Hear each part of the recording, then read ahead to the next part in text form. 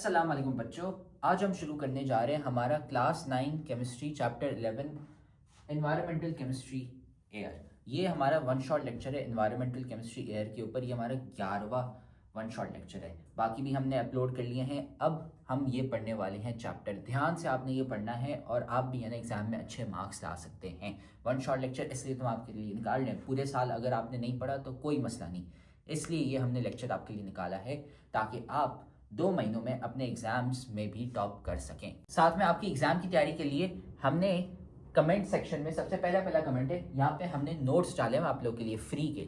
आप इसको जाके खोलेंगे तो आपके पास गूगल ड्राइव की लिंक खुलेगी, उसमें नोट्स पड़े हुए तमाम के तमाम सारे टॉपिक्स के, सब्जेक्ट्स के।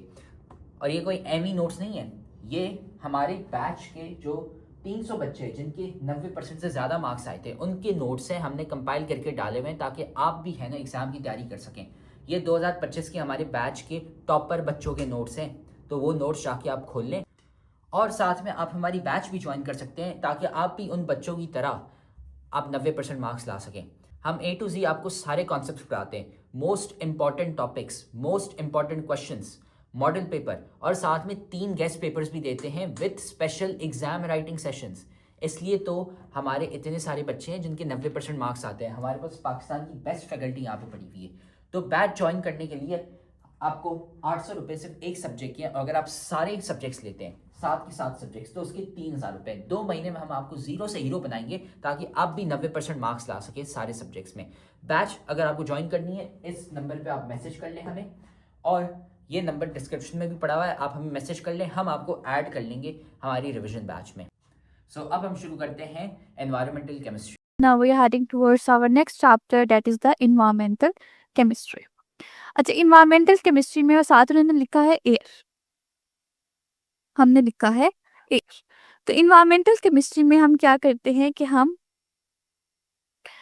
क्या करेंगे कि हमने environmental chemistry में हम हमारे environment के अंदर जो जो केमिकल रिएक्शंस हो रहे हैं, आप ये कह सकते हो जो कि नेचुरल केमिकल रिएक्शंस है जो ऑलरेडी हमारे इन्वायरमेंट के अंदर हो रहे हैं, उन पे हम बात करेंगे कि हमारे इन्वायरमेंट के अंदर कौन कौन से हमारे इन्वायरमेंट के अंदर कौन कौन से आपके पास केमिकल्स प्रेजेंट हैं और कौन कौन से उनके आपके पास आपको ज़रूरत है।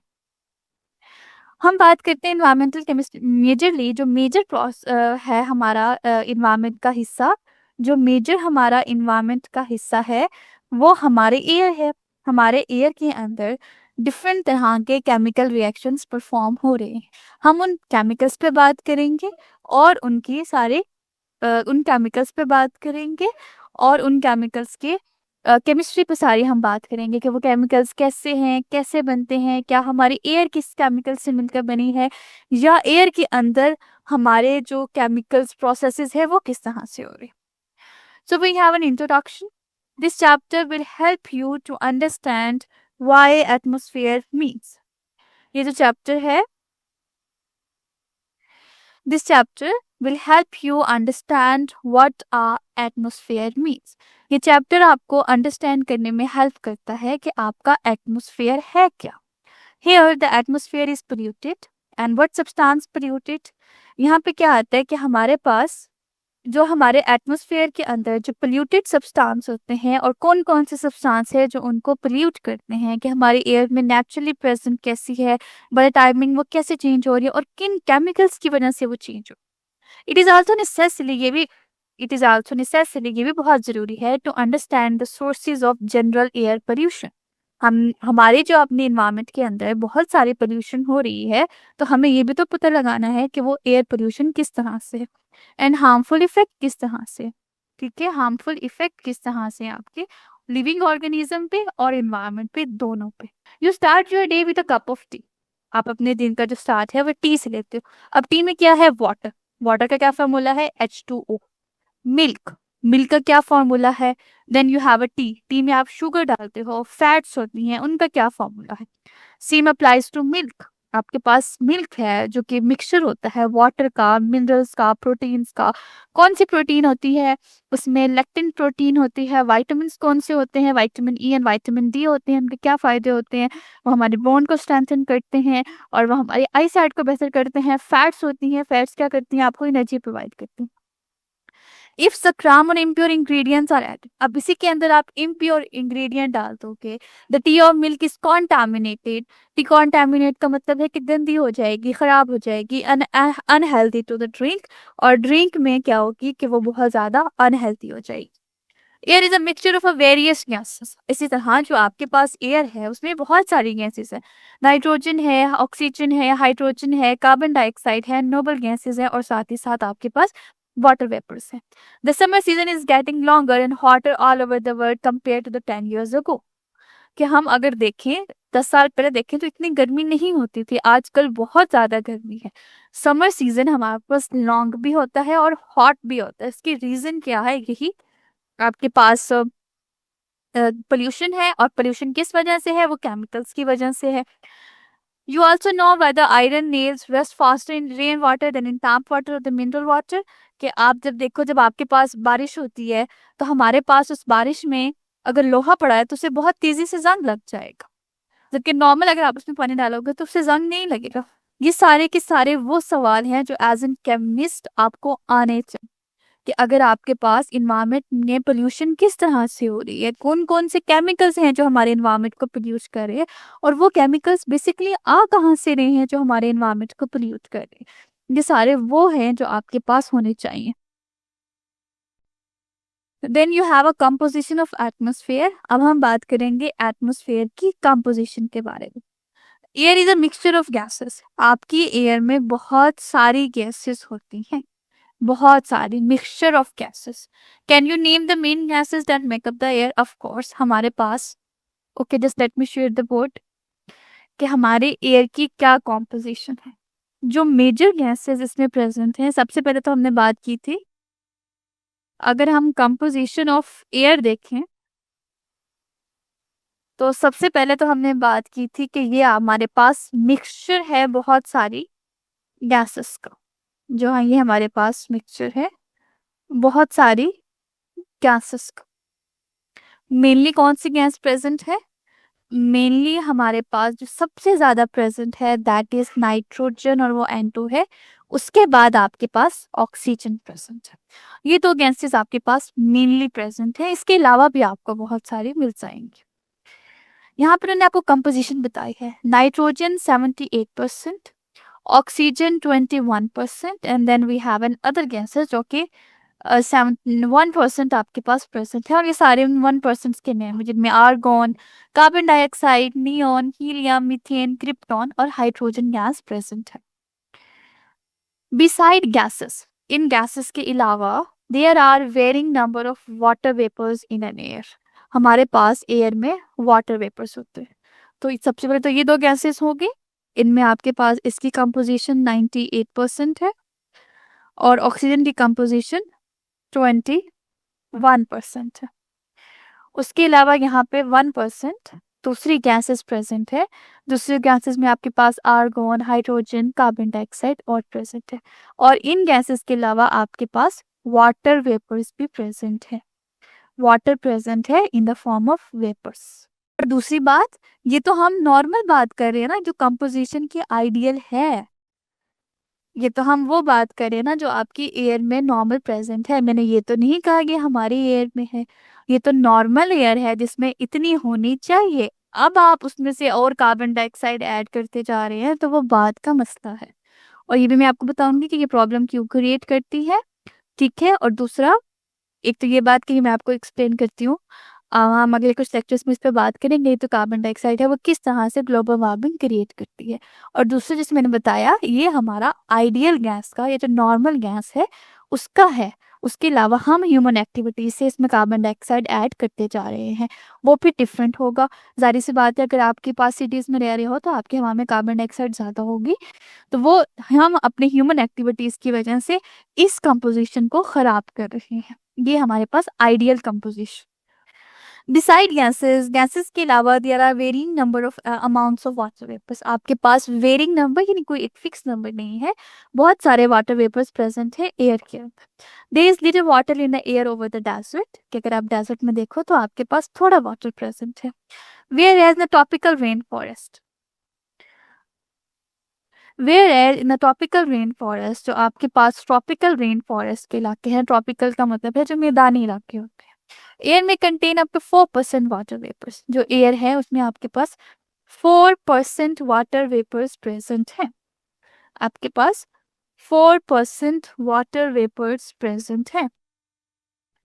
This means that the amount of water vapor in an air varies from one place to other place. इस बात का ये मतलब है कि जो हमारे पास वाटर वेपर्स की अमाउंट है वो वेरी करती है from one place to another place, एक जगह से दूसरी जगह आपके पास वेरी करती है। ऑफ कोर्स कि जहाँ पर वाटर वेपर्स पानी ज़्यादा होगा, ऑफ कोर्स फॉर एग्जांपल मैं कहूँ कि जब मैंने यहाँ पे बताया कि 1% वाटर वेपर्स, लेकिन डेजर्ट के अंदर जो बहुत डेजर्ट इन्वायरमेंट है उसमें तो वाटर वेपर्स कम होंगे। और सिमिलरली अगर आपके पास हमारे पास जो है अगर कोई ट्रॉपिकल रेन फॉरेस्ट है तो उसमें आपके पास कंपोजिशन डिफरेंट होगी। तो ये वाटर वेपर्स भी हमारे पास इन्वायरमेंट डिपेंडेंट है। The envelope of gases and water vapor surrounding the planet Earth is called atmosphere. वो जो environment present है, वो जो environment present है, वो आपके पास जो आपके अर्थ के लाइक फॉर एग्जाम्पल मैं आपको बताती हूँ, ये आपके पास एक अर्थ है और इसके अराउंड जो आपके पास एटमॉस्फेयर प्रेजेंट है, यानी हम इसके अराउंड आपके पास प्रेजेंट है। तो ये जो पूरा गैसेस का एक है आपके पास इन्वेलप है इस एटमॉस्फेयर के ऊपर, ये सारा के सारा आपका एटमॉस्फेयर कहलाएगा। और एटमॉस्फेयर का आइडियल मैंने आपको स्ट्रक्चर दे दिया, उसकी composition they the. Of course कि अगर इस पार्ट में ह्यूमन एक्टिविटीज बेहतर हो रही हैं तो इस पार्ट का एटमॉस्फेयर बेहतर होगा। अगर इस पार्ट में हमारे पास ह्यूमन एक्टिविटीज बहुत ज़्यादा कम हो रही हैं और इस आप तो ये हमारे पास इसका एटमॉस्फेयर चेंज हो जाएगा, लेकिन आइडियल आपके पास ये रहेगा। Which two gases make up most of the air, वो कौन सी गैसेस हैं जो ज़्यादातर एयर बनाती हैं? तो ऑफ कोर्स मैंने आपको उसके बारे में बताया है, that is the nitrogen and oxygen. Now air pollution, ये तो अब मैंने आपको नॉर्मल की बात कर दी ना, सो अब आप क्या करोगे, अब हम एयर पोल्यूटेंट्स हमारे इन्वायरमेंट में आते हैं और इस एयर को खराब करते हैं। Think of a situation when you are in park, ऐसा सिचुएशन के बारे में बताएं जो कि आप पार्क में हैं और वेजिटेबल फार्म किसी फार्म में है। तो वो आपको एक सिचुएशन के बारे में बता रहे हैं कि अगर आपके पास अगर एक पार्क में आप हैं या आप किसी फार्म में हैं तो आप बेहतर फील करेंगे, जबकि सेकंड केस में आप किसी गार्बेज में हैं। तो pollutant are the things, pollutants वो चीज़ें होती हैं लाइक इंडस्ट्रियल वेस्ट, कि इंडस्ट्री से जो आपके पास वेस्ट आता है, हर्बिसाइड, पेस्टिसाइड, इंसेक्टिसाइड। मैं आपको बताती हूँ ये तीनों चीज़ें क्या है। हमारे पास जो इंसेक्ट्स है, जब हमने इंसेक्ट्स को मारने के लिए या किसी पेस्ट को मारने के लिए या किसी हर्ट को मारने के लिए जो दवाइयाँ यूज करते हैं वो ये कहलाती हैं। फॉर एग्जाम्पल अगर आपके पास कोई इंसेक्ट है, you wanted to kill him, आप उसे किल कर, आप कोई ना कोई केमिकल्स का यूज करके, फिर वो जो केमिकल्स आपने उनको किल कर दिया, वट एवर द आपका जो मोटिव था, आपने उनको यूज किया, तो वो केमिकल्स क्या करेंगे, इन्वायरमेंट के अंदर ट्रांसफर हो जाएंगे। ठीक है, वो केमिकल्स इन्वायरमेंट के अंदर ट्रांसफर हो जाएंगे। इसी में आपके पास डस्ट के पार्टिकल्स हैं, स्मोक के पार्टिकल्स हैं, कार्बन मोनोऑक्साइड के पार्टिकल्स हैं, नाइट्रोजन डाइऑक्साइड के पार्टिकल्स हैं, सल्फर डाइऑक्साइड के पार्टिकल्स हैं, ओजोन है एंड लेड कंटेनिंग पेंट। ये सारे के सारे क्या हैं जो एज एन पोल्यूटेंट एक्ट करते हैं। हम वन बाय वन इस चीज को डिस्कस भी करेंगे कि ये पोल्यूटेंट के तौर पे किस तरह से एक्ट करते हैं। These things have a negative impact on the environment. ये जो चीजें हैं इनका आपके इन्वायरमेंट पे नेगेटिव इम्पैक्ट है। Such substances affect environment as a result of human activity. ये जो substances हैं ये environment को affect करती हैं human activity की वजह से। Anything that is in air, water or soil, हर वो चीज़ जो चाहे आपके एयर में प्रेजेंट है, चाहे वो आपके वाटर में प्रेजेंट है, चाहे इवन वो आपके सॉइल में प्रेजेंट है, which has an harmful effect on some part of environment, और किसी इन्वायरमेंट के किसी भी हिस्से में अगर उसका हार्मफुल इफेक्ट है तो हम उसे पोल्यूटेंट कहते हैं। कोई भी चीज़ अगर आपके इन्वायरमेंट में प्रेजेंट है और वो आपके इन्वायरमेंट को खराब कर रही है तो हम उसे क्या कहते हैं कि हम उसे पोल्यूटेंट कहते हैं। Pollutant damage the environment, health and quality of life. Pollutants क्या करते हैं, इन्वायरमेंट को डैमेज करते हैं, आपके हेल्थ को डैमेज करते हैं और क्वालिटी ऑफ लाइफ को डैमेज करते हैं। नहीं, उन्होंने ये जो उन्होंने बताए हैं ये वाले, ये एयर पोल्यूटेंट्स हैं जो आपके इन्वायरमेंट में चल जाते हैं। पहला है हमारे पास sulphur dioxide. You might have notice that the colour of the silk cloth fades away. आपने ये बात नोट की होगी कि जो कपड़ों का कलर है वो फेड हो जाता है। फेड होने का मतलब है कि उनका रंग उड़ जाता है जब हम उसे इन्वायरमेंट के अंदर रखते हैं। हम सल्फर डाइऑक्साइड पे बात कर रहे थे और हमने एक बात पढ़ी थी कि जो कपड़ों का कलर होता है अगर हम उसे अपनी ओपन एयर में रखें किस थोड़े से टाइम के लिए या what ever the time Spain के लिए अगर हम उसे रखें तो वो हमारे पास फेड हो जाता है। ठीक है, वो हमारे पास क्या होता है, फेड हो जाता है। तो किस वजह से होता है, क्योंकि हमारे इन्वायरमेंट के अंदर सल्फर डाइऑक्साइड होती है जो उसको ले लेते हैं। Sulphur is found naturally in a fossil fuels. Sulphur क्या करते हैं, फॉसल फ्यूल्स के अंदर बहुत ही नेचुरली प्रेजेंट होते हैं। जब हम इन्हें बर्न करते हैं, जब हम इन्हें बर्न, इनमें सल्फर डाइऑक्साइड प्रेजेंट होता है। जब हम इन्हें बर्न करेंगे हम के ओके, यहाँ पे मैं आपको बोर्ड पे समझाती हूँ। हमारे पास कोई भी फॉसल फ्यूल हो सकता है। ठीक है, आपने इतने सारे फॉसल फ्यूल्स के ऑप्शन दिए, फॉसल फ्यूल को हम बर्न करते हैं। अब मुझे बताएं कि हम इन्हें बर्न कहाँ करते हैं। फॉसल फ्यूल को हम बर्न कहाँ करते हैं। अब नेचुरल गैस को तो हम अपने घरों में बर्न करते हैं, पेट्रोल को हम अपने व्हीकल्स में बर्न करते हैं, कोल को हम इंडस्ट्रीज में बर्न करते हैं। तो कहीं पे भी हम उसे बर्न कर सकते हैं। ठीक है, जहां पे मर्जी हम बर्न करें, चाहे हम अपने घरों में नेचुरल गैस चला रहे हो, गैस हीटर हो, गैस गीजर हो, हमारे पास पेट्रोल है जो कि हमारे व्हीकल्स में चल रहा होता है, कोल है जो कि हमारी इंडस्ट्रीज में चल रही होती है। किसी भी तरीके से अगर आप उसे बर्न कर रहे हो तो वहां से सल्फर डाइऑक्साइड निकलेगी, वहां से सल्फर डाइऑक्साइड निकलेगी जो कि हमारे इन्वायरमेंट में चली जाएगी। वहां से सल्फर डाइऑक्साइड निकलेगी जो कि हमारे इन्वायरमेंट में चली जाएगी। Sulphur is found naturally in a fossil. जो सल्फर्स होते हैं वो नेचुरली फॉसल फ्यूल्स में प्रेजेंट होते हैं। The burning of fossil fuels in a power plant, vehicles, industries units, power generators, residential heating systems. Power plants के अंदर, vehicles के अंदर, इंडस्ट्रीज के अंदर, जहाँ पे आप पावर जनरेट कर रहे हो, रेजिडेंशियल यानी जहाँ पर आप रह रहे हो,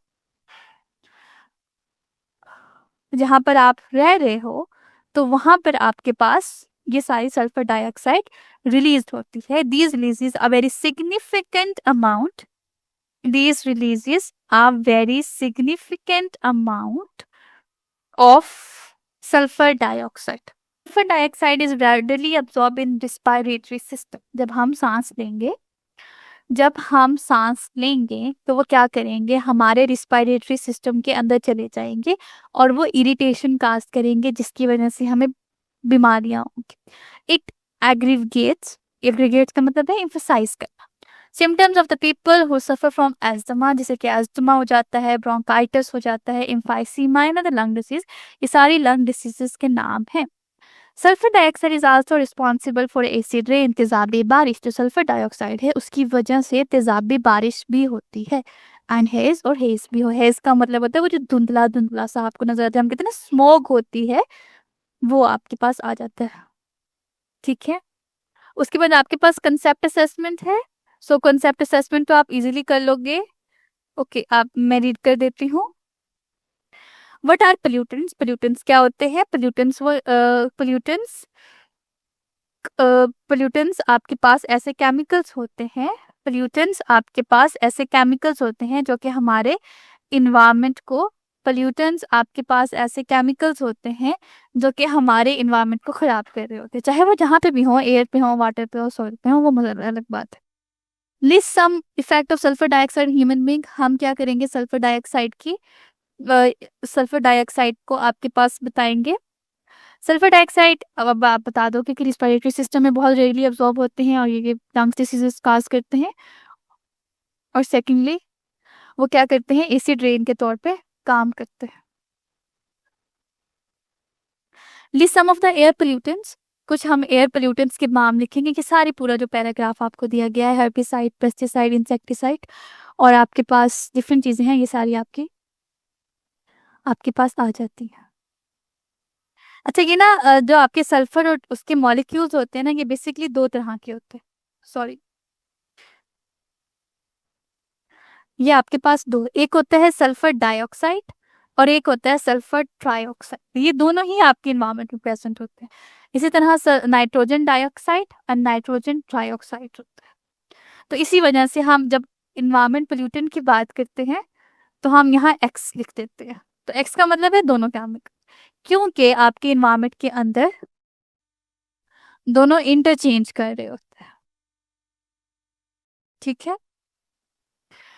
the important oxide of the nitrogen. अब हम नाइट्रोजन के ऑक्साइड्स की बात करेंगे जो कि आपके इन्वायरमेंट में एयर पोल्यूशन काज करते हैं। That is nitric oxide and nitrogen dioxide present है। कलेक्टिवली हम उन्हें NOx लिख देंगे। The biggest source of nitrogen oxide is the burning of fossil fuels. Nitrogen dioxide आपके पास कहाँ से आती है? From the fossil fuels, vehicles के अंदर, पावर प्लांट्स के अंदर, इंडस्ट्रियल यूनिट्स के अंदर, जब हम पावर इलेक्ट्रिसिटी को जनरेट करते हैं, कार इंजन से आपको लॉट ऑफ नाइट्रोजन ऑक्साइड्स मिल जाएगी। Oxides of nitrogen are highly toxic. तो नाइट्रोजन के ऑक्साइड्स हैं वो बहुत ही हाईली टॉक्सिक हैं और वो एसिड रेन के लिए रिस्पॉन्सिबल हैं। फोटोकेमिकल स्मोग आपके पास बनती है, हेडिक होता है और रिस्पायरेटरी प्रॉब्लम्स आपके पास बनती हैं इन दोनों ऑक्साइड्स की वजह से। एसिड रेन बहुत ज़्यादा हार्मफुल होती है जो कि सल्फर डाइऑक्साइड, सल्फर ऑक्साइड और नाइट्रोजन ऑक्साइड से मिलकर बनती है। तो अब हम बात कर रहे हैं कार्बन डाइऑक्साइड पे। Carbon dioxide is a major air pollutant. Air pollutant का मतलब है जो हमारी हवा को खराब करते हैं। कौन खराब करता है? Carbon dioxide molecule. Has received increasing attention due to it association with the climate change and global warming. हमारे पास कार्बन डाइऑक्साइड को बहुत ज्यादा अटेंशन मिली है और आप सब भी देखते हो, आपने शुरू से बचपन से आप ये देखते आ रहे हो, आप पढ़ते आ रहे होगे कि जो कार्बन डाइऑक्साइड है वो हमारे माहौल को खराब कर रही है, वो हमारा क्लाइमेट चेंज कर रही है। हमारे अर्थ का एक स्पेसिफिक क्लाइमेट है। क्लाइमेट का मतलब है उस एक पैटर्न है कि वेदर्स का, उसको खराब कर रही है कार्बन डाइऑक्साइड। ग्लोबल वार्मिंग कर रही है, हमारे पास टेम्परेचर बहुत ज्यादा बढ़ रहा है। although it occurs naturally in the earth atmosphere, हालांकि ये अर्थ के एटमोसफेयर में नेचुरली भी प्रेजेंट होती है, लेकिन जो ह्यूमन एक्टिविटीज है, जैसे हम फॉसिल फ्यूल्स को बर्न करते हैं, डिफोरेस्टेशन, जंगलात को काटते हैं और बहुत सारे इंडस्ट्रियल प्रोसेसेस होते हैं, have dramatically increase in level, जिसकी वजह से इसका जो लेवल है वो काफी हद तक बढ़ गया है। यानी यहाँ पे आपने जब आप एटमोसफेयर में कंपोजिशन ऑफ एटमोसफेयर पे बात की, सिर्फ हमने कार्बन डाइऑक्साइड पे बात की 0.038। ये तो नॉर्मल है ना, इसके अलावा ये बहुत नॉर्मल है। इसके अलावा भी आपके पास जो है उससे ज़्यादा बहुत ड्रामेटिकली इंक्रीज हो रही है। अब ऑफ कोर्स कि जहाँ पर अगर आप अर्बन एरियाज में रहते होंगे तो वहाँ ज़्यादा इंक्रीज होगी, रूरल एरियाज में रह रहे हो तो वहाँ थोड़ी सी कम होती है, रेशो कम होती है। देन हमारे पास आता है कार्बन मोनोऑक्साइड। यानी इसका अगर मैं फॉर्मूला लिखूं तो ये आपके पास कार्बन डाइऑक्साइड, कार्बन के साथ 2 ऑक्सीजन, और कार्बन मोनोऑक्साइड, कार्बन के साथ 1 ऑक्सीजन। ये दोनों ही अपने अपने लिहाज से बहुत हार्मफुल हैं। Then you have a carbon monoxide. इसका अगर आपको फॉर्मूला हो तो कार्बन मोनोऑक्साइड का मतलब है 1, तो कार्बन के अंदर सिंपल एक मोनोऑक्साइड आ गई है। ये कब बनता है? जब हमारे पास इनकम्प्लीट कंबशन होती है। When we have incomplete combustion, जब हमारे पास कंबशन का मतलब है जब बहुत ज़्यादा आग लगती है, तो आग किस वजह से लगती है? कि हमारे पास ऑक्सीजन की वजह से लगती है। लेकिन जब बहुत ज़्यादा आग लग रही होती है तो बेसिकली क्या होता है कि वहाँ पर जगह पे ऑक्सीजन की मिकदार कम हो जाती है। जब ऑक्सीजन की मिकदार कम हो जाती है तो कंबशन तो नहीं रुकती ना, तो वो क्या करती है, वो इनकम्प्लीट कंबशन हो जाती है। फिर कार्बन डाइऑक्साइड नहीं बल्कि कार्बन मोनोऑक्साइड बनना शुरू हो जाता है। Incomplete combustion occurs when there is not enough oxygen in the combustion process. ये इनकम्प्लीट कंबशन तब होती है जब हमारे पास जो है कंबशन प्रोसेस के लिए इनफ ऑक्सीजन नहीं होती। It is a major source of carbon monoxide and particulate matter. Incomplete combustion से आपके पास क्या बनता है? सबसे पहले तो आपके पास कार्बन मोनोऑक्साइड बनता है और सेकेंडली आपके पास बनता है पार्टिकुलेट मैटर। पार्टिकुलेट मैटर में हमारे पास जो सी स्मोक है, डस्ट वगैरह के पार्टिकल्स है, आप अपने अगर आप किसी नॉइज़ी एरिया में जाएँगे, अगर आप किसी कराची या लाहौर के किसी इलाके में रहते हैं, तो आप बाकायदा हवा के अंदर एक मोटे-मोटे पार्टिकल्स देख सकते हैं, वो लिक्विड के होते हैं। ये मोटे-मोटे पार्टिकल्स क्या करते हैं, ये पार्टिकुलेट मैटर ही कहलाते हैं। ये हमारे पास पार्टिकुलेट मैटर कहलाते हैं। सो ये आपके पास it is mainly emitted by vehicles, industrial process of course कि ये जो हम गाड़ियाँ यूज़ करते हैं, इंडस्ट्रियल प्रोसेसेस हमारे पास होते हैं, रेजिडेंशियल हीटिंग सिस्टम, ये जो हमारे घरों में हम हीटिंग सिस्टम्स यूज़ करते हैं, जिनमें हमारे पास फॉसिल फ्यूल्स और वुड यूज़ होती है। Particulate matter refer to the mixture of fine particles suspended in the air. वही बात कि जो पार्टिकुलेट मैटर्स होते हैं, वो आपके पास फाइन पार्टिकल्स होते हैं। फाइन का मतलब तो बहुत बड़े-बड़े पार्टिकल्स होते हैं जो कि आपके एयर में प्रेज़ेंट होते हैं, including soot, smoke, dust and other solid or liquid substance. These particles can have a harmful effect on human health. In particles के हमारी human health पे बहुत ही harmful effect है, especially if they penetrate deep into the lung. अगर वो आपके lungs के अंदर चले जाए। आपने लंग्स का स्ट्रक्चर पढ़ा होगा अपनी बायोलॉजी के अंदर कि लंग्स का स्ट्रक्चर इस तरह से है कि सबसे पहले ट्रैकिया, देन लंग का अपर पोर्शन है और देन इसका लोअर पोर्शन है जिसमें एल्वेलाई होती है। तो अगर ये कार्बन मोनोऑक्साइड अगर उस एल्वेलाई के अंदर चली जाए, कार्बन मोनोऑक्साइड अगर उस लंग्स के अंदर चली जाए, तो हमारे पास काफ़ी ज़्यादा रिस्पायरेटरी प्रॉब्लम हो सकती हैं, इवन के लंग्स कैंसर हो सकता है, लंग्स फ़ौरन ख़राब हो सकते हैं और अल्टीमेटली आपके पास आपकी डेथ हो सकती है। तो कार्बन मोनोऑक्साइड इतनी टॉक्सिक गैस है। These particles can have a harmful effect on a human health. In particles के हमारी human health पे harmful effect है, especially if they penetrate deep into the lungs। क्या आप क्या करते हैं हमारे lungs के अंदर? ये काफ़ी deep penetrate करते हैं, causing the respiratory problems। बहुत ज़्यादा respiratory problems cause करते हैं and the lung cancer और lung cancer बनाते हैं। Carbon monoxide is a toxic gas. ये जो हमारे पास जो कार्बन मोनोऑक्साइड गैस है वो कंपैरेटिवली टॉक्सिक गैस है व्हेन इनहेल, जब आप उसे इनहेल करते हो। अच्छा, एक तो मैंने आपको लंग्स के हिसाब से बता दिया, जो सेकंड यहाँ पे उसका आपको बताया गया है, वो हमारे पास क्या होता है कि हमारी बॉडी में जब हम ऑक्सीजन लेते हैं इन्वायरमेंट के अंदर, तो हमारी बॉडी के अंदर हीमोग्लोबिन प्रेजेंट होती है। हीमोग्लोबिन एक खास किस्म की प्रोटीन होती है जो क्या करती है, ऑक्सीजन को अपने साथ बाइंड करती है और all over the body oxygen की सप्लाई करती है। ये बात तो आप भी जानते होंगे कि ऑक्सीजन की जो सप्लाई है, कि हमारे पास जो ऑक्सीजन हमारे पास जो ऑक्सीजन है बेसिकली वो हमारे ऑल ओवर द बॉडी बहुत नेसेसरी होती है। कि अगर आपके पास ऑक्सीजन नहीं हो रही होती, अगर आपके पास ऑक्सीजन नहीं है, तो हमारे पास क्या है कि आपके पास हीमोग्लोबिन नहीं है, तो वो all over the body oxygen के ट्रांसपोर्ट नहीं होगी। सो बेसिकली क्या होता है हमारे पास, क्या होता है कि जो कार्बन मोनोऑक्साइड है ये हीमोग्लोबिन के साथ जाके बाइंड कर जाता है। ऑफ कोर्स करनी तो ऑक्सीजन को चाहिए, लेकिन कार्बन मोनोऑक्साइड हीमोग्लोबिन के साथ जाके बाइंड कर जाएगी। जब ये जाके बाइंड कर जाती है हमारे पास, तो उसके बाद आपके पास ऑक्सीजन बाइंड नहीं करेगी, ऑक्सीजन आपकी बॉडी में सप्लाई नहीं होगी, ऑक्सीजन बाइंड नहीं करेगी, ऑक्सीजन आपकी बॉडी में सप्लाई नहीं होगी और फिर आपकी डेथ भी हो सकती है। ये बात मैंने यहाँ पे मेंशन की। कार्बन मोनोऑक्साइड जो टॉक्सिक है, कि जो हमारे पास कार्बन मोनोऑक्साइड है वो बहुत ही टॉक्सिक है। जब इनहेल, जब आप उसे इनहेल करते हो, it combines with haemoglobin to form carboxylic haemoglobin. ये क्या करते हैं, ये हीमोग्लोबिन के साथ कंबाइन करके कार्बोक्सिलिक हीमोग्लोबिन बनाते हैं which is unable to carry oxygen, जिसमें हमारे पास हम ऑक्सीजन को कैरी नहीं कर सकते, causing you to loss consciousness and suffocate. ये क्या करती है, ये कॉन्शियसनेस और सफोकेशन को लॉस कर देती है। It does not allow blood cell to absorb oxygen. इसमें क्या होगा कि हमारे जो ब्लड सेल्स हैं वो ऑक्सीजन को अब्सॉर्ब नहीं करेंगे एंड कास्ट डेथ, और आपके पास डेथ हो जाएगी। Carbon monoxide is a colourless and odourless gas. जो कार्बन मोनोऑक्साइड है वो हमारे पास कलरलेस गैस है, और ऑडरलेस का मतलब है कि आपके पास इसकी कोई स्मेल नहीं होती है, इसकी कोई कलर नहीं होता। सो इस present can not be feel. अगर आपके पास आसपास कार्बन मोनोऑक्साइड है तो आप उसको फील भी नहीं कर सकते, बट ये बहुत ही टॉक्सिक गैस है। Then you have a methane. हमारे पास मीथेन क्या है, मीथेन भी हमारे पास, methane enters the atmosphere from a variety of source. Methane क्या करती है, हमारे एटमॉस्फेयर के अंदर एंटर होती है बहुत ज़्यादा वैरायटी ऑफ सोर्स में, एज पर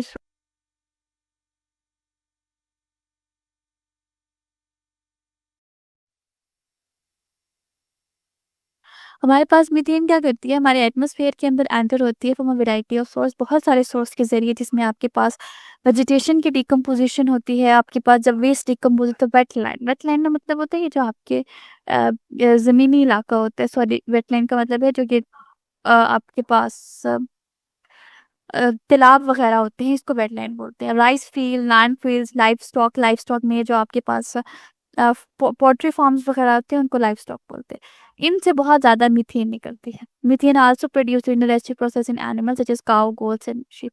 हमारे पास जो एनिमल्स में डाइजेस्टिव प्रोसेस है, उसमें से भी आपके पास मीथेन निकलेगी। These animals have a unique digestive system. In animals का बहुत ही यूनिक डाइजेस्टिव सिस्टम है। ऑफ कोर्स कि आप डाइजेस्टिव सिस्टम तो नहीं पढ़ेंगे इन एनिमल्स का, बट आपको सिर्फ इतना पता होना चाहिए कि इन एनिमल्स का इतना यूनिक आपके पास डाइजेस्टिव सिस्टम है कि ये लार्ज अमाउंट में आपके पास मीथेन बनती है during the digestion, which is leads to bleaching and fluctuation। In animals में खास किस्म के प्रोसेसेस होती हैं, जैसे मैंने बताया कि हमारे पास एनिमल्स के अंदर जैसे कि काऊ, गॉट और शीप, काऊ, गोट और शीप उन्होंने मेंशन किया है। इनमें वैसी नहीं होती जिस तरह से हमारे अंदर होती है। सो बेसिकली हमारे पास इनमें इस तरह से डाइजेस्टिव होती है कि इनमें मीथेन गैस प्रोड्यूस्ड होती है। इनके अंदर इस तरह से आपके पास डाइजेशन होगी कि इनके अंदर मीथेन गैस प्रोड्यूस होती है। अब यहाँ पे दो प्रोसेस मैंने बताए हैं, बल्जिंग एंड फ्लैटुलेंस। जो बल्जिंग होती है बेसिकली इसमें इसको कहते हैं बर्पिंग। बर्पिंग आपने सुना होगा, उर्दू का लफ्ज है जुगाली करना, ठीक है। वो क्या करते हैं, वो बहुत सारी आपके पास ले लेते हैं, लाइक बहुत ज़्यादा मान टू से कि बहुत सारे फूड होते हैं वो अपने माउथ में ले लेते हैं, देन आहिस्ता आहिस्ता उसको स्वेलिंग करते हैं, तो इस प्रोसेस को बेल्चिंग कहते हैं। फ्लैटुलेंस, फ्लैटुलेंस में आपके पास क्या होगा कि जो आपके पास स्टमक के अंदर या इंटेस्टाइन के अंदर आपके पास जो बन रही होती है, वो डाइजेस्ट हो रही होती है, तो आपके पास गैस प्रोड्यूस होती है। वो जो गैस होती है वो आपकी बॉडी से रिमूव होती है, एनिमल्स की बॉडी से, तो उनमें मीथेन गैस प्रोड्यूस होती है और मीथेन गैस उनकी बॉडी से रिमूव होती है और बहुत ज़्यादा रिमूव होती है। Higher levels of methane contribute to the global warming. Higher जो है आपके पास ग्लोबल मीथेन है, तो ऑफ कोर्स कि आपके पास ग्लोबल वार्मिंग भी ज़्यादा होगी, और जो जो कि रिस्पॉन्सिबल है क्लाइमेट चेंज के लिए। Ground level ozone, ground level ozone is often called as smoke. इस बात का क्या मतलब है, it is canary polluted. Ozone, ozone का फॉर्मूला आपको पता होगा, it is basically O3। Ozone आपके पास O3 होता है। It is secondary pollutant produced by the complex reaction, यानी आपके पास क्या होगा, रिएक्शन किसकी डिग्री में, नाइट्रोजन ऑक्साइड और volatile organic compound under the influence of sunlight. ये आपके पास रिएक्शन वगैरह तो उन्होंने मेंशन नहीं किए हुए, बट सिर्फ आपको यही बात याद होनी चाहिए कि हमारे पास ओजोन, जो आपने बेसिकली हमारे पास जो ओजोन की लेयर होती है, हमारे पास जो ओजोन की लेयर होती है वो तो, यानी अगर ये अर्थ है तो इसकी अपर अराउंड प्रेजेंट होती है। लेकिन कभी कभार ऐसा होता है कि हमारे पास रिएक्शन होता है नाइट्रोजन ऑक्साइड का, उसी के साथ हमारे पास बनती है उसका ऑर्गेनिक कंपाउंड के साथ रिएक्शन होता है, और यहाँ पे इस लेवल पे आकर आपके पास ओजोन बनती है। वो जो ओजोन बनती है जो कि नीचे लेवल पर होती है, उसे हम स्मोक कहते हैं। तो ये बात आपको मेंशन करें, so the ground level ozone is often called as smoke, कि वो जो ग्राउंड पे आपके पास ओजोन है तो वो आपकी ओजोन नहीं होगी, बल्कि अब आप उसको स्मोक कहेंगे। ये सेकेंडरी पोल्यूटेंट है, यानी produce by the complex reaction between nitrogen oxide and volatile organic compound. Nitrogen oxide और वोलेटाइल ऑर्गेनिक कंपाउंड के दरमियान आपके पास रिएक्शन होगा under the influence of sunlight. Of course कि आपके पास सनलाइट भी होगी। This reaction occur mainly industrial, या आपके पास मोस्टली इंडस्ट्रियल प्रोसेसेस में, अर्बन एरियाज में, where the emission from the industrial units and car engine. जब आपके पास एमिशन होती है इंडस्ट्रियल यूनिट से, कार इंजन से, इंडस्ट्रीज, अगर आपके पास इंडस्ट्रीज लगी हुई हैं तो वो वहाँ से कार इंजन से आपके पास ये नाइट्रोजन ऑक्साइड मिलेगी, वो फिर वोलेटाइल ऑर्गेनिक कंपाउंड के साथ रिएक्ट करेगी और देन हमारे पास ओजोन लेयर बन जाएगी। In a sunlight a series of chemical reaction occur. Sunlight में क्या होता है कि हमारे पास series of chemical reaction produced होते, हमारे पास series of chemical reaction produced होते हैं occur volatile organic compound and nitrogen dioxide. Volatile volatile का मतलब है जो कि आपकी एनवायरनमेंट यानी आपके पास कुछ चीज़ें होती हैं, कुछ ऑर्गेनिक कंपाउंड आपके पास ऐसे होंगे जो कि सॉलिड्स होंगे, कुछ ऑर्गेनिक कंपाउंड आपके पास ऐसे होंगे जो लिक्विड होंगे, लेकिन कुछ ऑर्गेनिक कंपाउंड आपके पास ऐसे भी होंगे जो वोलेटाइल होंगे, वो गैसेस के फॉर्म में आपके एनवायरनमेंट में प्रेजेंट हो सकते हैं। उन्हें हम कहते हैं वो रिएक्शन होगा, और वो जो पूरा जो सीरीज चलती है उसे हम फोटोकेमिकल रिएक्शंस बोलते हैं। वो जो रिएक्ट सीरीज चलती है उसे हम फोटोकेमिकल रिएक्शंस बोलते हैं। Sunlight breaks the nitrogen dioxide into nitrogen monoxide. Sunlight से क्या होता है कि नाइट्रोजन डाइऑक्साइड, नाइट्रोजन मोनोऑक्साइड और एटॉमिक ऑक्सीजन में बन जाता है। कि सनलाइट पड़ती है एटॉमिक नाइट्रोजन डाइऑक्साइड पे, आपके पास सनलाइट आएगी तो आपके पास नाइट्रोजन मोनोऑक्साइड और एटमॉस्फेरिक ऑक्सीजन बनती है। वो जो एटॉमिक ऑक्सीजन सॉरी वो जो एटॉमिक ऑक्सीजन होती है वो ऑक्सीजन के मॉलिक्यूल के साथ रिएक्ट करके ओजोन बनाती है। ये जो ओजोन है ये हमारे रिस्पायरेटरी सिस्टम के लिए बहुत ज़्यादा, रिस्पायरेटरी ऑर्गन हमारे लंग्स के लिए, थॉट के लिए बहुत ज़्यादा डेंजरस है, और इससे इवन हमारे पास अस्थमा जैसी बीमारियां हो सकती हैं। इन अ सनलाइट के प्रेजेंस में अ सीरीज ऑफ केमिकल रिएक्शन अकर। एक बहुत लंबे केमिकल रिएक्शंस आपके पास होते हैं, सीरीज होती है। वोलेटाइल ऑर्गेनिक कंपाउंड्स आपके पास बनते हैं एंड द नाइट्रोजन ऑक्साइड्स आपके पास बनते हैं। वोलेटाइल ऑर्गेनिक कंपाउंड और नाइट्रोजन ऑक्साइड्स आपके पास बनते हैं। These reactions are called as photochemical reaction. इन रिएक्शंस को हम फोटोकेमिकल रिएक्शंस बोलते हैं। सनलाइट क्या करेगी, वो ब्रेक करेगी नाइट्रोजन डाइऑक्साइड को इनटू नाइट्रोजन मोनोऑक्साइड NO2 को NO के अंदर एंड एटमॉस्फेरिक ऑक्सीजन के अंदर। Atmospheric oxygen then react with the molecular oxygen. Atmospheric oxygen हमारे पास मॉलिक्यूलर ऑक्सीजन के साथ रिएक्ट करेगी और हमारे पास ओजोन बना देगी O3। This ozone can irritate the respiratory organs. इससे आपके क्या होगा कि जो रिस्पायरेटरी ऑर्गन्स हैं वो बहुत ज़्यादा डैमेज हो जाएंगे एंड अदर रिस्पायरेटरी प्रॉब्लम्स भी आपके पास होंगी। It can damage vegetation. Vegetation का मतलब है जो हमारे पास क्रॉप्स वगैरह होती हैं उनके यील्ड को नुकसान पहुंचाएंगी और हमारे फॉरेस्ट को भी डैमेज कर देगी। अब आप सबको पता है, आप सब जानते हैं कि हमारे पास एयर पोल्यूशन बेसिकली आती कहाँ से है, वो हो कहाँ से रही है।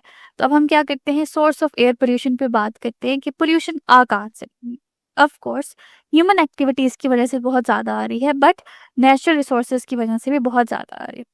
एयर पोल्यूशन में सबसे पहले एयर कंटेन्स हार्मफुल पार्टिकल्स। ये तो हमें पता है कि अब हमारी एयर के अंदर बहुत ही हार्मफुल पार्टिकल प्रेजेंट है एंड गैसेस, और गैसेस भी प्रेजेंट है जो कि हम कहते हैं कि ये पोल्यूटेड है। Some air pollution occurs naturally, लेकिन कुछ एयर पोल्यूशन नेचुरली भी होती है और कुछ, लेकिन but many types of air pollution, but बहुत तरह से जो हमारी एयर पोल्यूशन होती है वो ह्यूमन एक्टिविटीज के रिजल्ट में होती है। द फर्स्ट वन वो बता रहे हैं, पहले हम नेचुरल सोर्स पे बात करेंगे कि नेचुरल की तरफ से नेचुरल सोर्स कौन सा है जिससे हमारी एयर पोल्यूट हो रही है। सेकेंडली हमारे पास वो कौन सी ह्यूमन एक्टिविटीज है जिससे एयर पोल्यूट हो रही है। मैनी नेचुरल सोर्स जैसे कि फॉरेस्ट फायर, जंगलात में आग लग जाती है किसी ना किसी वजह से, कभी कभी खुद ब खुद भी आग लग जाती है, उसकी वजह से भी हमारी एयर पोल्यूट हो रही है। डस्ट, जो हमारे पास डस्ट स्टॉर्म से जो तूफान आते हैं, ये हमारे पास डस्ट के तूफान आते हैं, इससे बहुत ज़्यादा स्मोक बनती है और हमारे एयर के अंदर डस्ट पार्टिकल्स होते हैं। वोल्केनो, आतिशफिशां इमिट, जब आतिशफिशां पड़ता है तब भी हमारे पास डस्ट होती है और हमारी राख के अंदर और हमारी एयर के अंदर पॉइजनस गैसेस आ जाती है। Which gas is emitted by volcano. Volcano से कौन सी गैस मिलती है, सबसे ज्यादा वहां से कार्बन डाइऑक्साइड और मीथेन गैसेस निकलती हैं।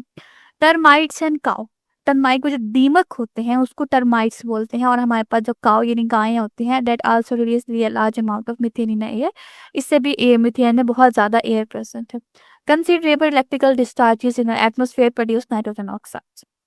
सेकेंडली हमारे पास ह्यूमन एक्टिविटीज आती है। Most of the air pollution is result of burning of fossil fuels. जब हम फॉसल फ्यूल्स को जलाते हैं, फॉसल फ्यूल्स में आपके पास कोल आता है, पेट्रोलियम आती है और नेचुरल गैसेस आती है।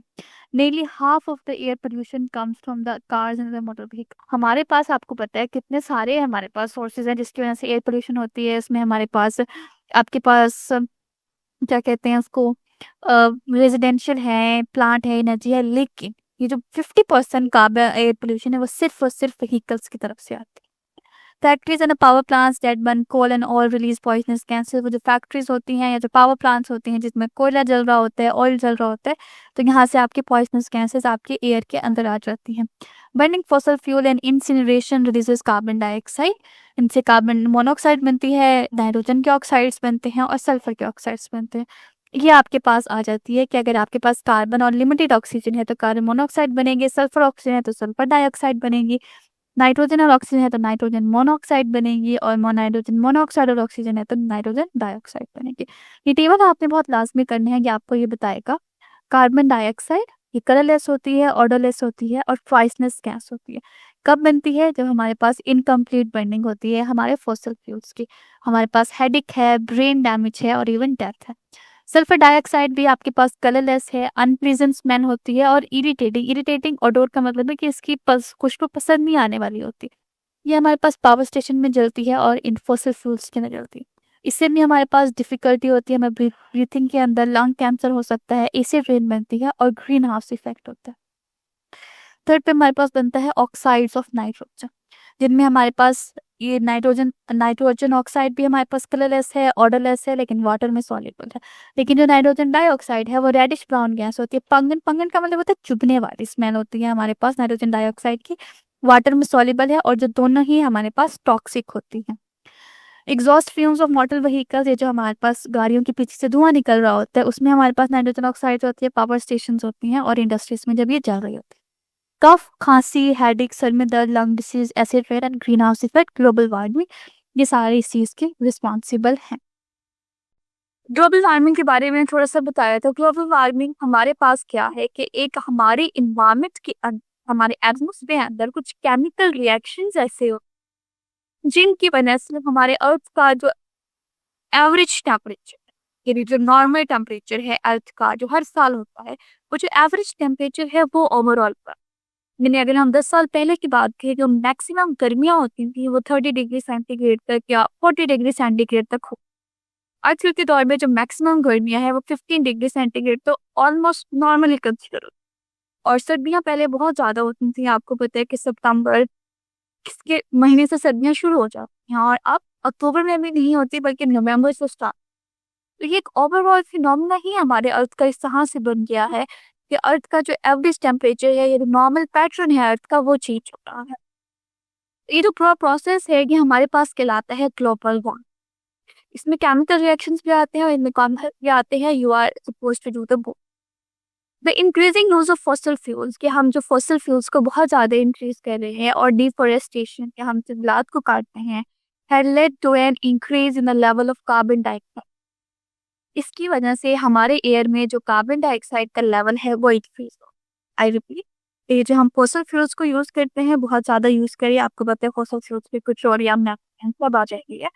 उसके बाद डिफोरेस्टेशन आपके पास आते हैं कि आप जंगलात को काटते हैं, इन सब की वजह से एयर के अंदर जो कार्बन डाइऑक्साइड का लेवल है वो बढ़ रहा। Gases like water vapours, methane and carbon dioxide act as similar vane है। हमारे पास जो वाटर्स होते हैं, मीथेन होते हैं, कार्बन डाइऑक्साइड होते हैं, वो एटमॉस्फेयर में हेल्प करती हैं, एटमॉस्फेयर में एक तरह से काम करती हैं। These gases are called as green house gases और इनको हम ग्रीन हाउस में कहते हैं।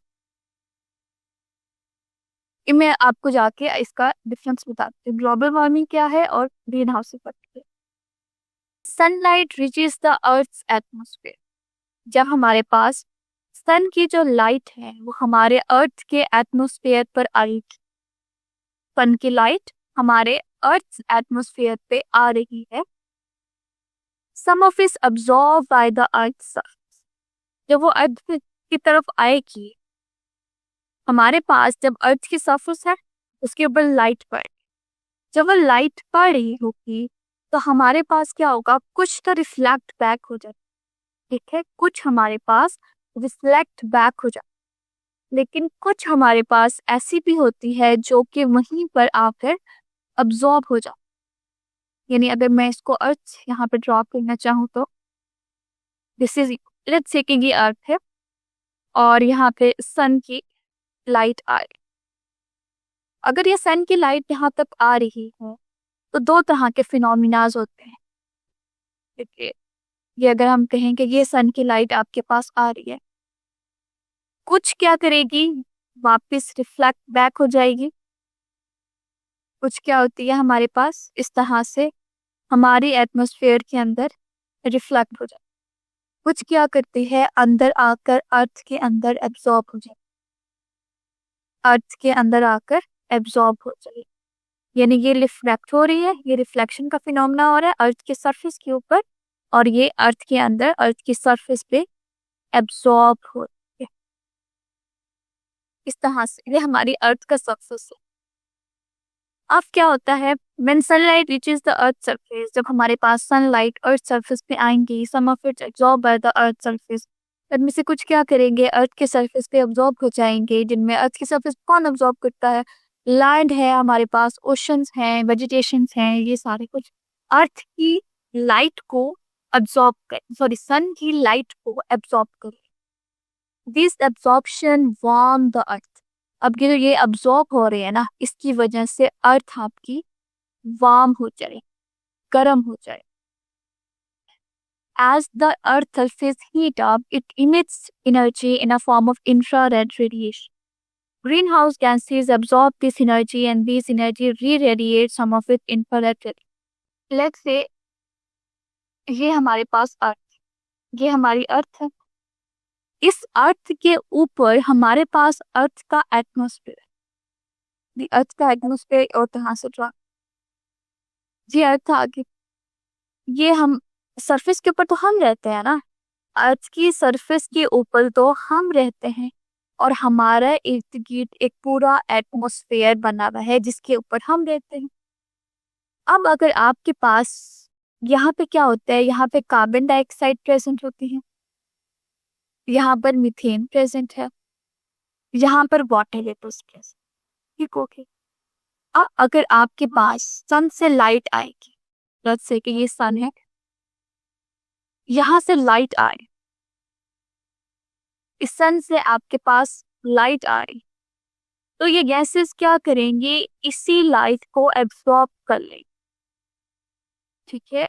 ऑफ कोर्स लाइट ने आना है और लाइट ने वापस चले जाना, लेकिन लाइट आती है और वापस नहीं जाती, क्यों? क्योंकि ये जो गैसेस होती हैं, ग्रीन हाउस गैसेस जिन्हें हम कहते हैं, ये उन्हें एब्सॉर्ब कर लेती है अपने अंदर। नॉर्मल फिनोमिना, नेचुरल फिनोमिना क्या है कि सन से लाइट आएगी, अर्थ के सरफेस के ऊपर आएगी, थोड़े बहुत लाइक बहुत से कम आपस में क्या अर्थ की सरफेस के ऊपर आएगी, आराम से आएगी, आने के बाद क्या होगा, वो वहां पे लाइट देख के वापिस चली जाएगी, वहां पर लाइट देखकर वापिस चली जाए। देखिए इन ग्रीन हाउस गैसेस की वजह से, इन ग्रीन हाउस गैसेस की वजह से हमारे पास जो हमारी लाइट है वो वापस नहीं जाती, बल्कि लाइट वहां पर ही एब्सॉर्ब हो जाती, लाइट आती वहां पर ही एब्सॉर्ब हो जाती। वहां पर एब्सॉर्ब होने की वजह से अर्थ का जो टेम्परेचर है वो बढ़ जाता है और इन गैसेस को हम कहते हैं ग्रीन हाउस गैसेस। अब इस पैराग्राफ को दोबारा पढ़ो। The increasing use of fossil fuels and deforestation had led to an increase in the levels of carbon dioxide. Gases like water vapors, methane, and carbon dioxide act in a similar way in an atmosphere. These gases are called greenhouse gases. In gases को हम greenhouse कहते हैं। अब आगे हम phenomena पे बात करें। When sunlight reaches the earth's surface, जब sun की जो light है वो हमारे पास अर्थ की सरफेस के ऊपर आएगी, some of it's absorbed by the earth surface. कुछ ना कुछ उसमें अर्थ की सरफेस पे एब्जॉर्ब हो जाएगी, जैसे कि वेजिटेशंस होती हैं, ओशंस हैं, लैंड है, वो क्या करेंगे, उसको एब्जॉर्ब करेंगे। This absorption warms the earth, इसकी वजह से अर्थ वार्म रहती है and the earth perfect heat up. हमारे पास क्या होता है, इसकी वजह से अर्थ वार्म रहती है। As a earth surface heat up, जैसे कि वो जो अर्थ की सरफेस है वो हीट अप हो जाती है, it emits energy in a form of infrared radiation. वो पे हमारे अर्थ से एक काफी डेंजरस किस्म के रेडिएशंस निकलती हैं, यहाँ से निकलेंगी क्योंकि यहाँ पे कार्बन डाइऑक्साइड है और उसको हम कहते हैं इंफ्रारेड रेडिएशंस, IR रेडिएशंस का हम नाम देते हैं। Greenhouse gases absorb this energy and these gases radiate some of the infrared radiation. ये नॉर्मल फिनोमेना था।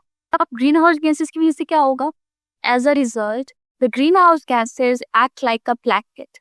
ग्रीन हाउस गैसेस एक ब्लैंकेट के तौर पे काम करेगा, trapping some of the heat energy in the lower atmosphere. वो हीट एनर्जी को ट्रैप कर लेगा, जहां पहले थोड़ी एनर्जी ट्रैप होनी थी अब ज्यादा एनर्जी ट्रैप हो रही है। जहाँ पहले थोड़ी सी एनर्जी आनी थी, जितनी जरूरत होगी, जितनी चीजें होंगी उस हिसाब से वो अपनी अपनी एनर्जी एब्जॉर्ब कर लेंगे। अगर प्लांट में करनी है तो वो अपने हिसाब से एब्जॉर्ब कर लेगा, अगर ओशन में वाटर में होनी है तो वो अपने हिसाब से एब्जॉर्ब कर लेगा बस, और बाकी लाइट वापस चली जाएगी। लेकिन अब ऐसे नहीं होता। अब क्योंकि ग्रीन हाउस गैसेस हैं, वो क्या करती हैं, वो ब्लैंकेट के तौर पे काम करती हैं और हीट एनर्जी को अब्जॉर्ब कर लेती हैं अपने अंदर ही। This affect reduces thermal energy loss to the space, कि वो जो पहली लाइट जो मैंने कहा कि स्पेस में चली जाएगी, अब वो कम जाती है। Helps to regulate earth times. Without this effect the earth would be much cooler, finding it difficult for life to exist. इसके फायदे भी हैं, ऑफ कोर्स, के बिल्कुल स्टार्ट में इसके फायदे भी थे। इसके फायदे इस वक्त के हमने देखा नहीं कि कार्बन डाइऑक्साइड ऑलरेडी भी हमारे एटमॉस्फेयर में प्रेजेंट थी, तो उसका फायदा ये होता है कि हमारी अर्थ पे इनफ ऑक्सीजन होती है, इनफ वार्म होता है। लेकिन अब जैसे जैसे कार्बन डाइऑक्साइड बढ़ती जा रही है, ये फिनोमिना बढ़ता जा रहा है। ये फिनोमिना मैं ये नहीं कहती कि ये फिनोमिना आपका यूजलेस है, ये फिनोमिना ऐसा नहीं है, ये फिनोमिना यूजलेस नहीं है, बट इसको थोड़ा सा होना चाहिए। जितनी लाइक बहुत सही, लाइक आपके रिड्यू आपके थर्मल एनर्जी का जो इफेक्ट है वो आपका कम होना चाहिए। लेकिन अब ग्रीन हाउस गैसेस बढ़ रही हैं, क्यों बढ़ रही हैं? ह्यूमन एक्टिविटीज की वजह से। Human activities have been increasing the concentration of green house gases in the atmosphere. Human activities क्या करती हैं? ग्रीन हाउस गैसेस में कंसंट्रेशन को इंक्रीज करती हैं एटमॉस्फेयर के अंदर, फॉसिल फ्यूल्स को बर्न करती हैं, डिफोरेस्टेशन करती हैं और इंडस्ट्रियल प्रोसेस करती हैं। This in the additional increase in the greenhouse gas in enhancing the natural greenhouse effect। वो जो ऑलरेडी ग्रीन हाउस इफेक्ट का फिनोमिना हो रहा था उसको इनहेंस करे। वो जो नेचुरल ग्रीन हाउस गैसेस का इफेक्ट हो रहा था, जो ग्रीन हाउस गैसेस का फिनोमिना आपके पास हो रहा था, उसको कम कर रही थी। ठीक है, आपके पास क्या है? ह्यूमन एक्टिविटीज की वजह से, burning fossil fuels, deforestation, industrial processes की वजह से हमारे पास क्या हो रहा है कि आपकी लाइफ जो नेचुरल ग्रीन हाउस गैसेस का इफेक्ट का फिनोमिना है, उसकी वजह से वो इनहांस हो रहा है। This is leading to the significant increase in an atmospheric temperature change. अब ये एक फिनोमिना, अच्छा मैं आपको बताती हूँ। अब जो आप शुरू से पढ़ रहे थे, जिसमें आप कंफ्यूज हो रहे थे, green house effect and greenhouse effect and global warming। जो अभी हमने पूरे इफेक्ट पे बात की कि हमारी अर्थ के एटमॉस्फेयर के अंदर, अभी जो मैंने आपको सारा फिनोमेना बताया कि कुछ स्पेसिफिक गैसें हैं जैसे कि मीथेन है, इवन के जो वाटर वेपर्स हैं, और इवन जो हमारे पास कार्बन डाइऑक्साइड है, ये हमारे अर्थ के ऊपर ब्लैंकेट का काम करती हैं और क्या करती हैं कि जो सन से लाइट आनी थी और वो स्पेस में वापस चले जानी थी, ये क्या करती हैं? उनको ट्रैप कर लेती। ये क्या करेंगी? उनको ट्रैप कर लेंगी। ट्रैप करने के बाद क्या होगा? ट्रैप कर लेंगी, और ट्रैप करने के बाद क्या होता है कि हमारी जो अर्थ का टेम्परेचर है, हमारी जो अर्थ का नॉर्मल टेम्परेचर है, वो आपके पास पहले से ज्यादा बढ़ जाता है। ये सारा फिनोमिना हो रहा है। इस फिनोमिने की वजह से, इस फिनोमिना का जो रिजल्ट है, उससे ग्लोबल वार्मिंग हो रही है। ग्रीन हाउस इफेक्ट की वजह से हमारे पास ग्लोबल वार्मिंग हो रही है। ग्लोबल वार्मिंग क्या है? ऐसा फिनोमिना है जिससे हमारे पास अर्थ का जो ओवरऑल एवरेज टेम्परेचर है वो बढ़ा। अब ग्रीन हाउस गैसेस के, ग्रीन हाउस इफेक्ट के अलावा भी हमारे पास बहुत सारे और ऐसे इफेक्ट हैं। जैसे मैं कहूँ कि हमारे पास डिफोरेस्टेशन है। अब जंगलात को काटते हो तब भी आपके पास ग्लोबल वार्मिंग हो रही है। हम इंडस्ट्रियल प्रोसेसेस है तब भी आपके पास ग्लोबल वार्मिंग हो रही है। ग्लोबल वार्मिंग अलग फिनोमिना है जिसमें हमारे पास अर्थ का जो ऑलरेडी टेम्परेचर है, जो एवरेज टेम्परेचर है, वो बढ़ रहा है हर साल। ये लॉन्ग टर्म फिनोमिना है। अब इसकी एक रीजन हमारे पास ग्रीन हाउस इफेक्ट भी है कि ग्रीन हाउस इफेक्ट की वजह से ग्लोबल वार्मिंग हमारे पास ज्यादा हो रही है। अब आप उसको देखें, this is leading to a significant increase in atmospheric change. हमारे पास जो सिग्निफिकेंट इंक्रीज हो रहा है एटमॉस्फेयर टेम्परेचर के अंदर, और ग्लोबल वार्मिंग और क्लाइमेट चेंज हो रहा है। The higher the concentration of green house gases in air, हमारे पास जितनी ज्यादा एयर में ग्रीन हाउस गैसेस की कंसंट्रेशन ज्यादा हो, the greater the green house effect, हमारे पास ग्रीन हाउस इफेक्ट भी उतना ज्यादा होगा, and greater the increase in temperature, और टेम्परेचर भी बढ़ जाएगा। जितने ज्यादा ग्रीन हाउस गैसेस होंगे एयर के अंदर, उतना ज्यादा ग्रीन हाउस इफेक्ट ज्यादा होगा, उतना टेम्परेचर ज्यादा हो जाएगा। The green house effect is a natural phenomena of the earth energy distribution. अब आपने ये नहीं कहना कि ये आर्टिफिशियल हो रहा है, ये ऑलरेडी हो रहा था, ताकि हमारी अर्थ का टेम्परेचर बैलेंस रहे, बट हमारे पास ये सिर्फ उसको इन्हांस कर। The warming of the atmosphere, वो जो आपकी एटमोसफेयर का टेम्परेचर बढ़ा है, जो एटमोसफेयर में आपके पास चेंज आ रहा है, वो जो हमारे पास टेम्परेचर का चेंज आ रहा है, उसे हम ग्लोबल वार्मिंग। हाँ, global warming is caused by the disturbing the natural balance of the green house gases concentration in an area. ठीक है, हाँ, ग्लोबल वार्मिंग का मतलब है कि हमारे अर्थ का ओवरऑल टेम्परेचर चेंज हो रहा है और क्लाइमेट पैटर्न। इस ग्लोबल वार्मिंग कंटिन्यूस, यानी ग्लोबल वार्मिंग आपकी कंटिन्यू रहती है, temperature of the earth will gradually increase. तो हमारे जो अर्थ का टेम्परेचर है वो ग्रेजुअली इंक्रीज होता रहेगा।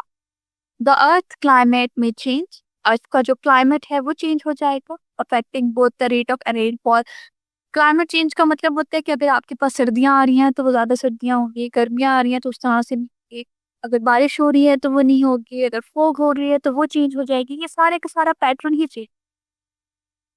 द अर्थ क्लाइमेट में चेंज, अर्थ का जो क्लाइमेट है वो चेंज हो जाएगा, affecting both the rate of rainfall, कि जो हमारी बारिश हो रही है उसके रेन को अफेक्ट करेगा, and how much it rains, और बारिश कितनी हो रही है उसे भी अफेक्ट करेगा। This could cause both increase risk of flooding, इससे क्या होगा कि हमारे पास फ्लडिंग का खतरात बढ़ जाएंगे in some regions and drought in others. कुछ रीजन्स में आपके पास बहुत ज्यादा बारिश होगी और जबकि कुछ में बिल्कुल ही खुश्कसाली हो जाएगी। पोलर आइस में मेल्ट, आइस के जो पोलर है ग्लेशियर्स हैं वो मेल्ट हो जाएंगे, and causing a significant increase in sea levels, और जो समुद्र का तय है वो भी आपके पास बढ़ जाएगा। So the temperature becomes hotter, और हमारे पास टेम्परेचर बढ़ जाएगा। ये ग्लोबल वार्मिंग है। नेक्स्ट हमारे पास टॉपिक है एसिड रेन। एसिड रेन क्या है और इनके इफेक्ट क्या है। पहले मैं आपको थोड़ा सा कॉन्सेप्ट देता हूँ कि हमारे पास ऑलरेडी वाटर के अंदर, हमारी एटमॉस्फेयर के अंदर वाटर प्रेजेंट है। ठीक है, हमारी एटमॉस्फेयर के अंदर वाटर प्रेजेंट। अच्छा मुझे बताएं ये क्या करते हैं, ये अटैच होते हैं पोल्यूटेंट्स के साथ। हमने कहा था कि जो पोल्यूटेंट्स होते हैं जो कि एसिड रेन काज करते हैं, आप यहाँ पर अगर आपके देखें तो ये हमने सल्फर ऑक्साइड बताया था, ये भी हमारे पास एसिड रेन बनाता है, और नाइट्रोजन ऑक्साइड बताया था, ये भी हमारे पास एसिड रेन बनाता है। ये जो वाटर मॉलिक्यूल्स जो हमारी इन्वायरमेंट के अंदर है वो क्या करते हैं, पोल्यूटेंट्स के साथ केमिकली एक्ट करते हैं। पोल्यूटेंट आपके पास नाइट्रोजन की ऑक्साइड और सल्फर की ऑक्साइड, ऑफ कोर्स बाकी भी पोल्यूटेंट हैं लेकिन ये दोनों एसिड रेन काज करते हैं। इस तरह से ये वाटर के साथ रिएक्ट करेंगे और केमिकल्स बनाएंगे। ये वाटर्स के साथ रिएक्ट करके ये वाले केमिकल्स बताते हैं, ये हमारे पास एसिड्स हैं। तो आप देख रहे हो किस तरह से हमारे हवा के अंदर हमारे ये सारा कुछ रिएक्शन एटमॉस्फेयर में हो रहा है। ये सारा रिएक्शन आपका एटमॉस्फेयर में हो, हमारी हवा में वाटर वेपर्स तो है, वाटर तो इवेपोरेट हो रहा है, साथ में ये पोल्यूटेंट्स हैं जो हम ऑलरेडी पढ़ के आ चुके हैं। इनके साथ वाटर रिएक्ट करके ये एसिड्स बनाएगा इन्वायरमेंट के अंदर। अब जब रेन होती है, बारिश होती है, तो ये एसिड जो एटमॉस्फेयर पे है ये जमीन पर आ जाए। ये जो एसिड हमारे पास एटमॉस्फेयर के अंदर होते हैं ये अब आपके पास आपकी जमीन पर आ जाए। और ऑफ कोर्स आपको पता है एसिड कितने करूसिव्स होते हैं, आपको तो पता है ये कितने करूसिव्स होते हैं, इनकी हार्श नेचर होती है, तो यहाँ पे ये आकर हमारे इन्वायरमेंट के ऊपर, हमारे अर्थ के ऊपर आकर ये नुकसान पहुंचा। ये एसिड रेन है, आपका सिंपल सा कॉन्सेप्ट है। Acid rain its effect, acid rain क्या होती है इसकी effect. Normal rain is saturated with carbon dioxide. अगर नॉर्मल रेन है तो बाकी पोल्यूटेंट्स हैं जिनमें कार्बन डाइऑक्साइड, कार्बन मोनोऑक्साइड वगैरह। It has a pH of 5.6। अगर नॉर्मल रेन है तो उसकी pH 5.6। However the acidity of the rain increases during thunderstorm in polluted area. जब हमारे पास थंडरस्टॉर्म आता है, जब तूफान आता है और पोल्यूटेड एरियाज के अंदर जहाँ पे बहुत ज्यादा पोल्यूशन होती है और पोल्यूटेंट्स हमने पढ़े थे, fossil fuels contain compounds of sulphur and nitrogen. Fossil fuels के अंदर हमारे पास सल्फर और नाइट्रोजन प्रेजेंट होती है। Sulphur dioxide from fossil fuel used in a power plant. वो जो सल्फर डाइऑक्साइड है हमारे पास फॉसिल फ्यूल्स में यूज होता है पावर प्लांट में, और नाइट्रोजन ऑक्साइड हमारे पास कार के अंदर यूज होता है। Dissolve in a rain water, वो क्या करते हैं आपके रेन वाटर में डिजॉल्व हो जाते हैं, सच ए सल्फ्यूरिक एसिड, क्रिएटिंग एसिड्स और हमारे पास एसिड्स बनाते हैं, sulphuric acid, nitrous acid, nitric acid. यहाँ पे क्या होता है, ये केमिकली तो हमने ये देख लिया। Nitrogen dioxide plays a very significant role in a catalytic oxidation of sulfur dioxide into sulfur trioxide। हमारे पास क्या होता है कि जो नाइट्रोजन डाइऑक्साइड है वो बहुत ही इंपॉर्टेंट रोल प्ले करता है। Nitrogen of course nitrogen sulphur dioxide का भी है, बट नाइट्रोजन डाइऑक्साइड बहुत ही इंपॉर्टेंट रोल प्ले करता है in the catalytic oxidation of sulphur dioxide into sulphur trioxide. यानी ये तो मैं आपको कॉन्सेप्चुअल वाइज बताया था, जो नॉर्मल आपके पास रिएक्शन होता है, सबसे पहले तो आपके पास सल्फर डाइऑक्साइड है, ये ऑक्सीजन के साथ रिएक्ट करती है सल्फर ट्राइऑक्साइड में। ये जो सल्फर ट्राइऑक्साइड है ये फिर वाटर के साथ रिएक्ट करती है और फिर सल्फ्यूरिक एसिड में। ये हमारे पास सल्फ्यूरिक एसिड बन गया। और नेक्स्ट नाइट्रिक ऑक्साइड की भी इक्वेशन है Na2 + O2 + वाटर। इनकी इक्वेशन आपने अच्छे से याद है, इनको बैलेंस करेंगे कि हमारे पास Na2 है प्लस O2 है प्लस वाटर, और ये हमारे पास नाइट्रिक एसिड बना देगा। अब यहाँ पे ये एसिड रेन बन जाएगी हमारे पास, और उसकी पीएच जो है वो कम हो जाएगी। आपको हमने पढ़ा था एसिडिक की चीज की पीएच कम होती है और बेसिक चीज की पीएच ज्यादा होती है। Therefore, the pH of the rainwater can be much lower। जो रेन वाटर की पीएच है वो कम हो जाती है सल्फ्यूरिक एसिड की वजह से और नाइट्रिक एसिड की वजह से from precipitation during the thunderstorm। The pH of this rain can be as low as 2.1। यानी पहले हमने जो नॉर्मल रेन थी, ये आपने याद रखना है कि नॉर्मल रेन की पीएच कितनी है। हमारे पास जो नॉर्मल रेन है it has a pH of 5.6 and acidic rain has a pH of 2.1।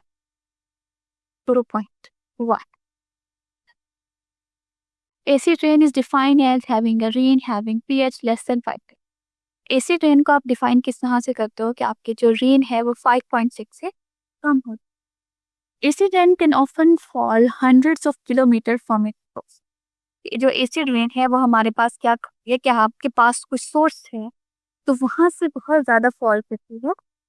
Acid rain corrodes matter. Acid rain क्या करती है, हमारे पास जो मैटर्स होती हैं उनको जंग लगा देती हैं। जो स्टोन के स्ट्रक्चर्स होते हैं, जो स्टैचूज हमारे पास बने हुए हैं, उनको खरोदते। आप अगर सर्च करें, हमारे पास जो ताजमहल है उसको कैल्शियम कार्बोनेट से मिलकर बना है, चूने के पत्थर से। वो हमारे पास खराब हो रहा है। इवन जो हमारे पास फैसल मस्जिद है वो भी खराब हो गई। क्यों? क्योंकि जब ये हमारे पास एसिड रेन आती है, एसिड रेन मतलब ये जो केमिकल्स आपके पास आते हैं ये रिएक्ट करते हैं उनके साथ, ये कैल्शियम कार्बोनेट के साथ रिएक्ट करते हैं। कैल्शियम कार्बोनेट, क्योंकि कैल्शियम कार्बोनेट मार्बल है ना, calcium carbonate basically simple marble होता है जो हम इस्तेमाल करते हैं। आपने अक्सर देखा होगा कि जो आपके सहन में मार्बल लगा हुआ होता है या जो आपकी छत पे मार्बल है या जो छत पे कमरा होता है जिसमें मार्बल लगा होता है, वो अक्सर मार्बल जल्दी खराब हो जाता है। उसकी रीजन भी यही होता है क्योंकि उसके ऊपर बारिश का पानी पड़ रहा होता है। वो जो मार्बल है उसका केमिकल फॉर्म स्ट्रक्चर है कैल्शियम कार्बोनेट। तो वो जो कैल्शियम कार्बन है उसके साथ रिएक्ट करते हैं सल्फ्यूरिक एसिड और नाइट्रिक एसिड, और ये हमारे पास सॉल्ट बना देते हैं, कैल्शियम सॉल्ट और कैल्शियम नाइट्रेट, कैल्शियम सल्फेट का सॉल्ट बना देते हैं, जिसकी वजह से ये हमारे पास जो मार्बल का स्ट्रक्चर है वो खराब हो जाए।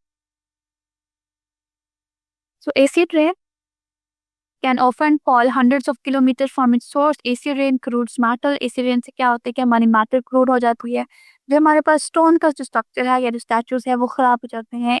सल्फ्यूरिक एसिड क्या करते हैं, ईट्स मेटल, मेटल को ईट करते हैं और वाटर सॉल्युबल सॉल्ट्स बनाते हैं। यानी जो आयरन, जो हम आयरन को कहते हैं, आयरन क्या करेगा, सल्फ्यूरिक एसिड के साथ रिएक्ट कर देगा तो आयरन सल्फेट बना देगा। अब जो आयरन सल्फेट है ये वाटर सॉल्युबल है, ये पानी के साथ बह जाएंगे या बहुत ही कमजोर स्ट्रक्चर आपके पास हो जाए। मार्बल की जो बिल्डिंग्स हैं, जो स्टैचूज वगैरह है, उनको भी डिसइंटीग्रेट कर देता है एसिड रेन। यानी कैल्शियम कार्बोनेट है और सल्फ्यूरिक एसिड के साथ रिएक्ट करके कैल्शियम सल्फेट, वाटर और कार्बन डाइऑक्साइड बना देगा। कैल्शियम सल्फेट के साथ नाइट्रिक एसिड रिएक्ट करके कैल्शियम नाइट्रेट, वाटर और कार्बन डाइऑक्साइड बना देगा। एसिड रेन आल्सो किल फिश। इसकी वजह से हमारे पास फिशेस भी किल्स हो जाती हैं, ट्रीज के स्ट्रक्चर डिस्ट्रॉय हो जाते हैं। लेक्स और रिवर बहुत ज़्यादा एसिडिक हो जाती हैं, ऑफ कोर्स कि अगर आपकी स्किन पे पड़े तो वो स्किन भी बर्न हो जाती है। ये हमारे पास स्टेज है। कैटलिक कन्वर्टर बेसिकली हमारे पास जहाँ पे भी ये रिएक्शंस हो रहे होते हैं, हमारे पास कोई भी इन्वायरमेंटल प्रॉब्लम्स है तो वो वहाँ पर आपके पास यूज होते हैं। हम क्या करते हैं, कार मैन्युफैक्चरिंग के अंदर, इसके अलावा दूसरी तरह की कोई भी मैन्युफैक्चरिंग है, इंडस्ट्री है, व्हीकल्स के अंदर, कार्स के अंदर, बसेस के अंदर, ये कैटलिक कन्वर्टर इस्तेमाल। कैटलिक कन्वर्टर क्या करते हैं, वो जो पोल्यूटेंट्स हैं, यानी आपके पास कौन कौन से पोल्यूटेंट हैं, आपके पास नाइट्रोजन ऑक्साइड है, नाइट्रोजन डाइऑक्साइड है। कैटलिक कन्वर्टर क्या करते हैं, ऑफ कोर्स कि जब ये आपके पास इन्वायरमेंट में डायरेक्टली चले जाते हैं तो इनके काफी हमारे इन्वायरमेंट को डैमेज करते हैं। कैटलिक कन्वर्टर क्या करेंगे, वही कार के अंदर ही जहाँ पे ये प्रोड्यूस्ड होंगे इनको रिएक्ट करवाते हैं और ऐसी फॉर्म में कन्वर्ट करते हैं जहाँ पर ये क्या है, हमारे पास हमारे नुकसानदेह नहीं है। जैसे कि आप यहाँ पे देख सकते हो कि यहाँ पे उन्होंने मेंशन किया है कि कार्बन मोनोऑक्साइड है जो कि एक काफी हैवी पोल्यूटेंट है और हमने इसको यूज किया था, हम उसको कन्वर्ट कर सकते हैं नाइट्रोजन के, ठीक है, नाइट्रोजन। अब ऑफ कोर्स हम क्या करते हैं कि नाइट्रोजन के अंदर हम उसको बेसिकली कन्वर्ट कर। So we have a catalytic converter. The catalyst installed हम क्या करते हैं, कैटलिस्ट को इंस्टॉल करते हैं in the exhaust system of cars. जो कार का एग्जॉस्ट सिस्टम कौन सा होगा, ये जहाँ पे आपके पास एग्जॉस्ट का आपको आइडिया होगा कि गर्म एग्जॉस्ट होते हैं जहाँ से एयर इन्वायरमेंट में जाए, वो जो एग्जॉस्ट सिस्टम है जहाँ से एयर होती है, तो कैटलिस्ट जो रहते हैं वो इंस्टॉल किए जाते हैं एग्जॉस्ट सिस्टम में कार्स में। They contain catalyst that facilitates the chemical reaction. हमारे पास इनके पास कैटलिस्ट होते हैं जो फैसिलिटेट करते हैं केमिकल रिएक्शन को, that converts the nitrogen oxide into less harmful chemical. जो कि नाइट्रोजन ऑक्साइड जो कि एक बहुत हार्मफुल केमिकल है, उसको कन्वर्ट करता है हमारे पास less harmful substance. The catalyst transform the carbon monoxide, वो जो कार्बन मोनोऑक्साइड है जो कि हमारे पास काफी इंपॉर्टेंट यहाँ पर पोल्यूटेंट है, से कन्वर्ट करेगा कार्बन डाइऑक्साइड में, कार्बन मोनोऑक्साइड को कन्वर्ट करेगा नाइट्रोजन और ऑक्सीजन के अंदर। And unburn hydrocarbons, carbon dioxide and water, और जो अनबर्न हाइड्रोकार्बन होते हैं उनको कन्वर्ट करता है कार्बन डाइऑक्साइड में and metals such as platinum, palladium, rhodium are used as a catalyst।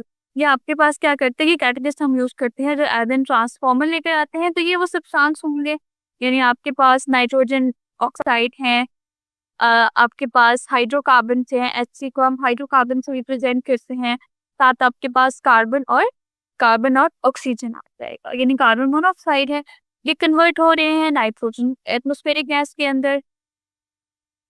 हम क्या करते हैं, कैटलिस्ट को यूज करते हैं, मेटल कैटलिस्ट को यूज करते हैं और वो हार्मफुल केमिकल्स को यूज करता है नॉन हार्मफुल केमिकल्स के अंदर ट्रांसफर कर देता है और तब वो आपके पास इंस्टॉल होती है। यानी बहुत ईजी सा फिनोमेना है हमारे पास।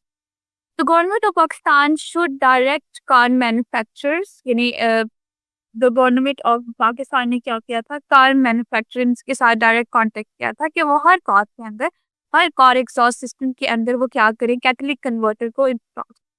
The government should make strict laws on this matter। Of course, the government को strict laws बताने चाहिए इस मैटर के ऊपर। This should help reduce the emission of the air pollutant from the car exhaust system, कि इससे कम हो जाते हैं जो एयर पोल्यूटेंट्स आपके रिलीज होती है कार एग्जॉस्ट सिस्टम के, ऑफ कोर्स कि वो वहीं पे कन्वर्ट हो जाएगा क्योंकि आपने कैटलिस्ट को इंस्टॉल करें, वो कैटलिस्ट क्या करेगा, उस हार्मफुल सब्सटेंस को नॉन हार्मफुल सब्सटेंस में कन्वर्ट कर देगा और कार की एग्जॉस्ट से जहाँ पहले आपका कार्बन मोनोऑक्साइड निकल रहा है, हाइड्रोकार्बन निकल रही है और कार्बन मोनोऑक्साइड निकल रहा है, वो आपका सिंपली कन्वर्ट हो जाएगा ऐसे सब्सटेंसों के अंदर जो कि बिल्कुल ही हार्मफुल नहीं। Strategies to reduce the environmental problem, कि हमारे पास जितनी भी स्ट्रेटजीज हैं जहाँ अपने इन्वायरमेंटल प्रॉब्लम्स को रिड्यूस कर सके, वो आपके पास कौन। First of all, how to address environmental issues.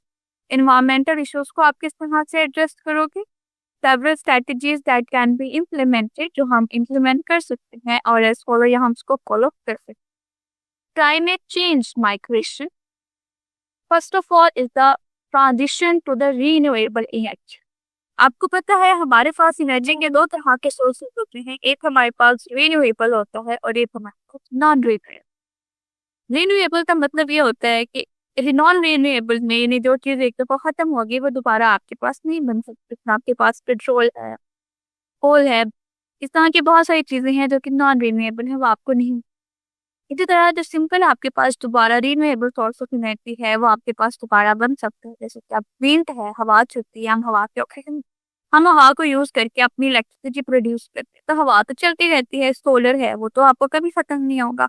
Hydro water है, वाटर के थ्रू हम अपनी एनर्जी को प्रोड्यूस करते हैं, इलेक्ट्रिसिटी को प्रोड्यूस करते हैं, तो ये हमारे पास रिन्यूएबल। जबकि पेट्रोल से अगर आप अपनी इलेक्ट्रिसिटी बनाओगे तो इतना पेट्रोल आपको लगेगा, पेट्रोल आपको एक दो दोबारा मिलेगा भी नहीं इतने सोने से, और आपका पेट्रोल जो है वो खत्म।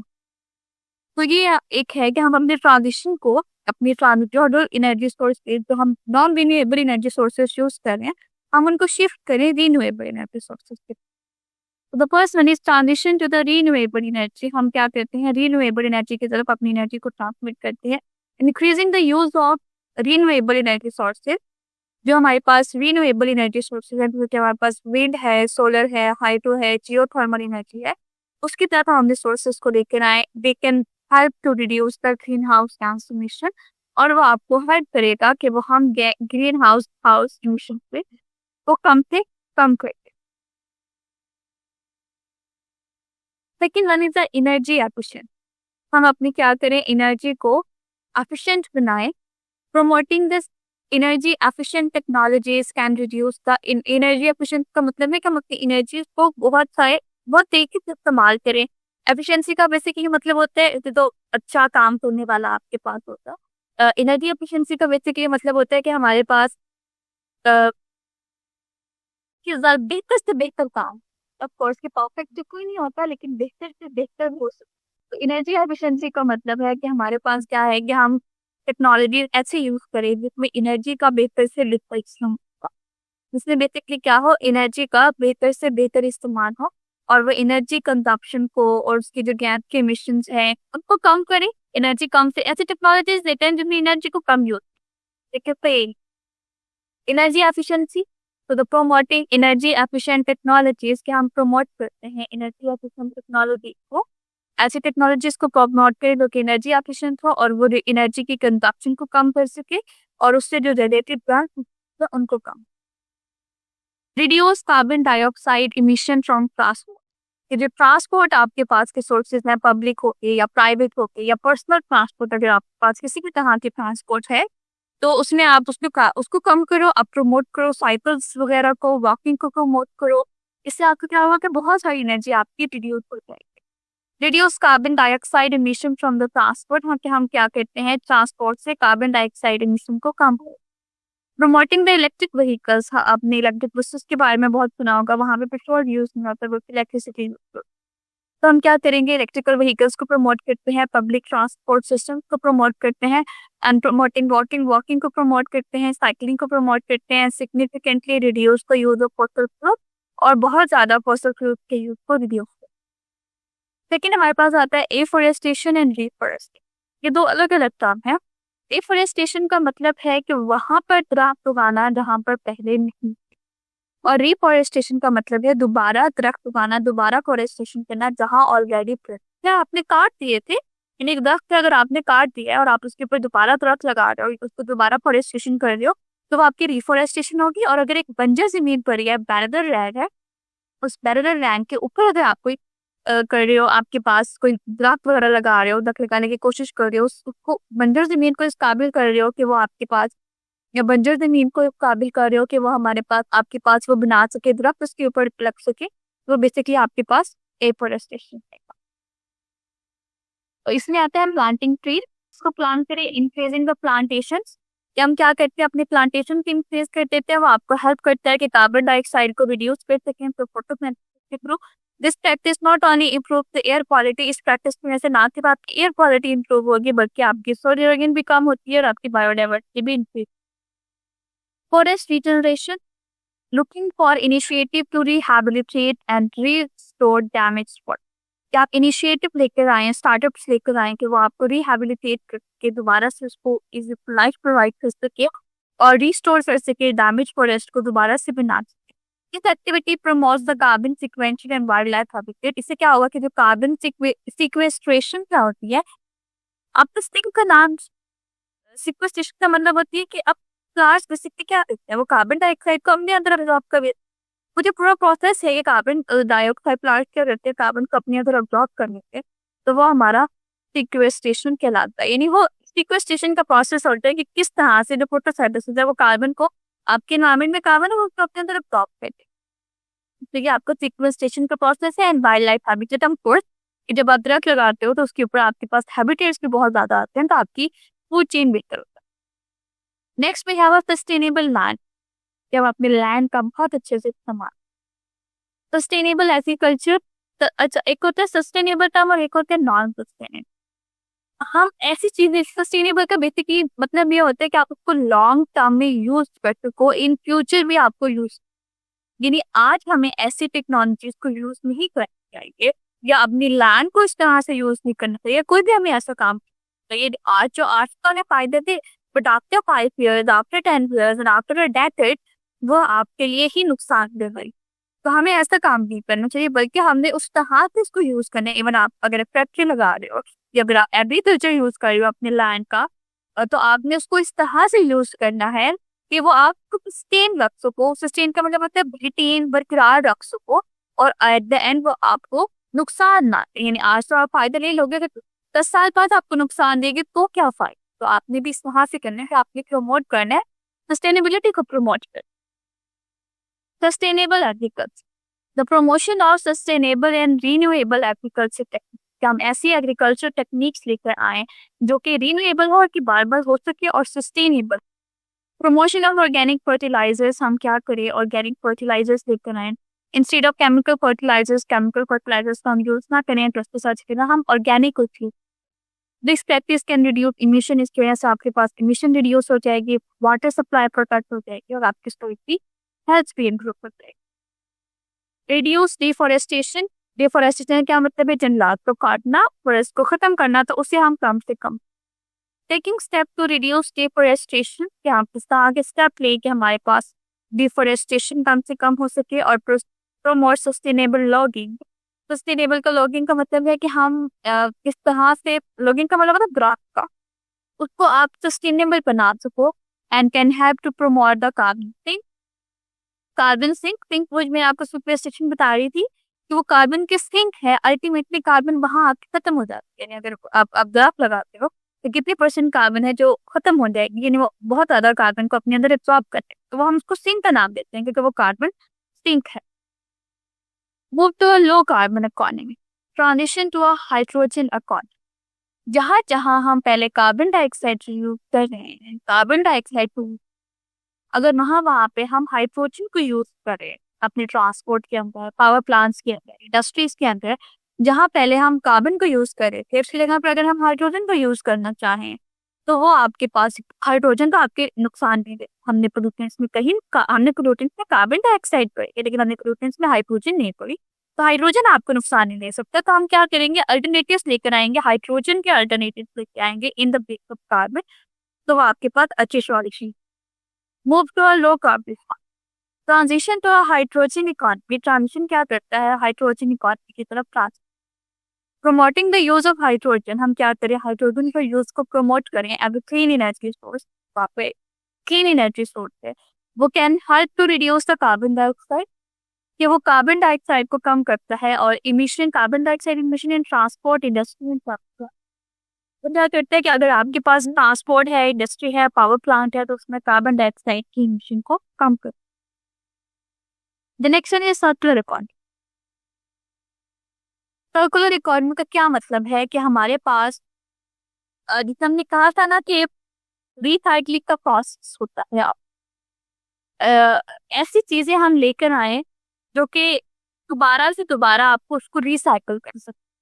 जैसे आपको कहा था कि प्लास्टिक्स की अवेयरनेस बहुत दी जाती है कि जो प्लास्टिक्स हैं वो यूज इस्तेमाल ना करें। इसके अलावा हमारे पास प्लास्टिक्स को यूज नहीं करना चाहिए, क्योंकि आप उसको रिसाइकल नहीं कर सकते। तो हम सर्कुलर इकोनॉमी पर बात कर रहे थे कि ऐसी चीजें यूज करें जिनको आप रिसाइकल कर सकते हैं। अगर प्लास्टिक को हम रिसाइकल नहीं कर सकते तो वो आपको बहुत ज्यादा के लिए नुकसानदेह बनता है, तो हमें चाहिए कि हम उसको यूज कर सकें, सर्कुलर इकोनॉमी बना सकें। Greenhouse gases can be controlled through measure to implement a circular economy model. Greenhouse gases क्या करती हैं कि वो आपको मेजर करती हैं कि आपकी सर्कुलर इकोनॉमी बना सके, आपको मिनिमाइजिंग वेस्ट कम से कम हो और आपके पास रिसाइकलिंग को आप promote. International corporation and politics. The first one is a Paris agreement. To combat climate change, it is important to increase the global cooperation। कि ये बहुत इंपॉर्टेंट है कि हम ग्लोबली एक दूसरे के साथ कॉपरेट करें और हम एक दूसरे को बताएं, एक दूसरे की हेल्प करें कि हमारे पास जो पोल्यूशन है वो कम से कम हो सके। तो यहाँ से स्टार्ट कर लेते हैं पेरिस एग्रीमेंट से कि मैंने बताया कि हमारे पास, क्योंकि एक यूनिवर्सल मस्ट है, किसी एक के लिए स्पेसिफिक तो प्रॉब्लम आपके पास नहीं है, तो आप क्या करोगे कि हमारे पास इंटरनेशनल एग्रीमेंट्स होते हैं, पॉलिटिक्स होती हैं जो कि आपको हेल्प आउट करती हैं, एक दूसरे की हेल्प कर सकते हो। इसमें पेरिस एग्रीमेंट बहुत ज्यादा आता है। पेरिस एग्रीमेंट में क्या होता है कि बहुत सारे कंट्रीज ने पार्टिसिपेट किया था और उन्होंने मिलकर ये अहद किया था, लाइक दे प्रॉमिस टुगेदर, कि हम अपनी ग्लोबल वार्मिंग को कम करेंगे, यानी हम 2 डिग्री सेंटीग्रेड को ग्लोबल वार्मिंग से कम करेंगे और 1.5 डिग्री सेंटीग्रेड तक उन्होंने अपने टारगेट को अचीव कर। इस तरह सारे कंट्रीज मिलकर अपने टारगेट बनाते हैं, then they achieve their. International corporation politics. The first in the Paris agreement to combat climate change. Climate change को कॉम्बैट करने के लिए, उसे लड़ने के लिए, इट इज इम्पोर्टेंट, ये बहुत इंपॉर्टेंट है to increase the global corporation. यहाँ ग्लोबल कॉर्पोरेशन बनाए and maintain the Paris agreement, और पेरिस एग्रीमेंट को maintain, which includes limiting the global warming, जिसमें है कि हम अपने ग्लोबल वार्मिंग को इंक्लूड आपके पास उसको कम से कम कर सके। लिमिटिंग का मतलब होता है कम से कम कर सके, तो well before below 92 degree centigrade से ग्लोबल वार्मिंग को कम करे, and then reaching the 1.5 degree centigrade target, और 1.5 डिग्री सेंटीग्रेड टारगेट को इसको meet. The next one is a policy support.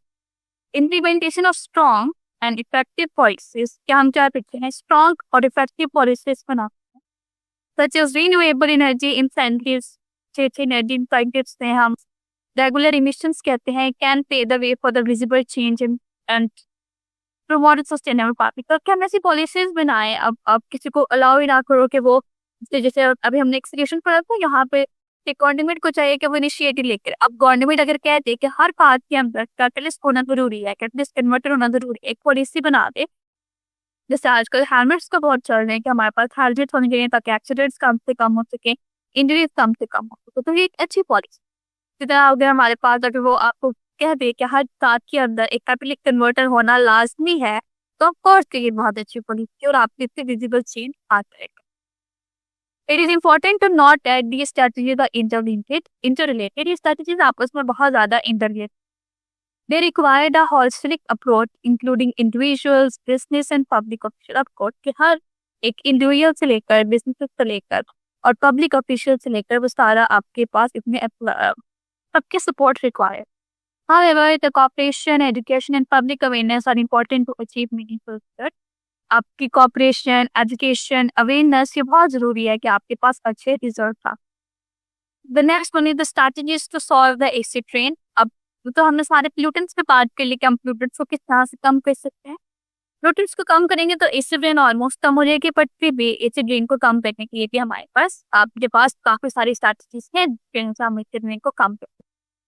Some approaches with the acid rain include, कुछ approach हैं जिनमें हम एसिड रेन को करते हैं, उसमें आपके पास आता है the first one is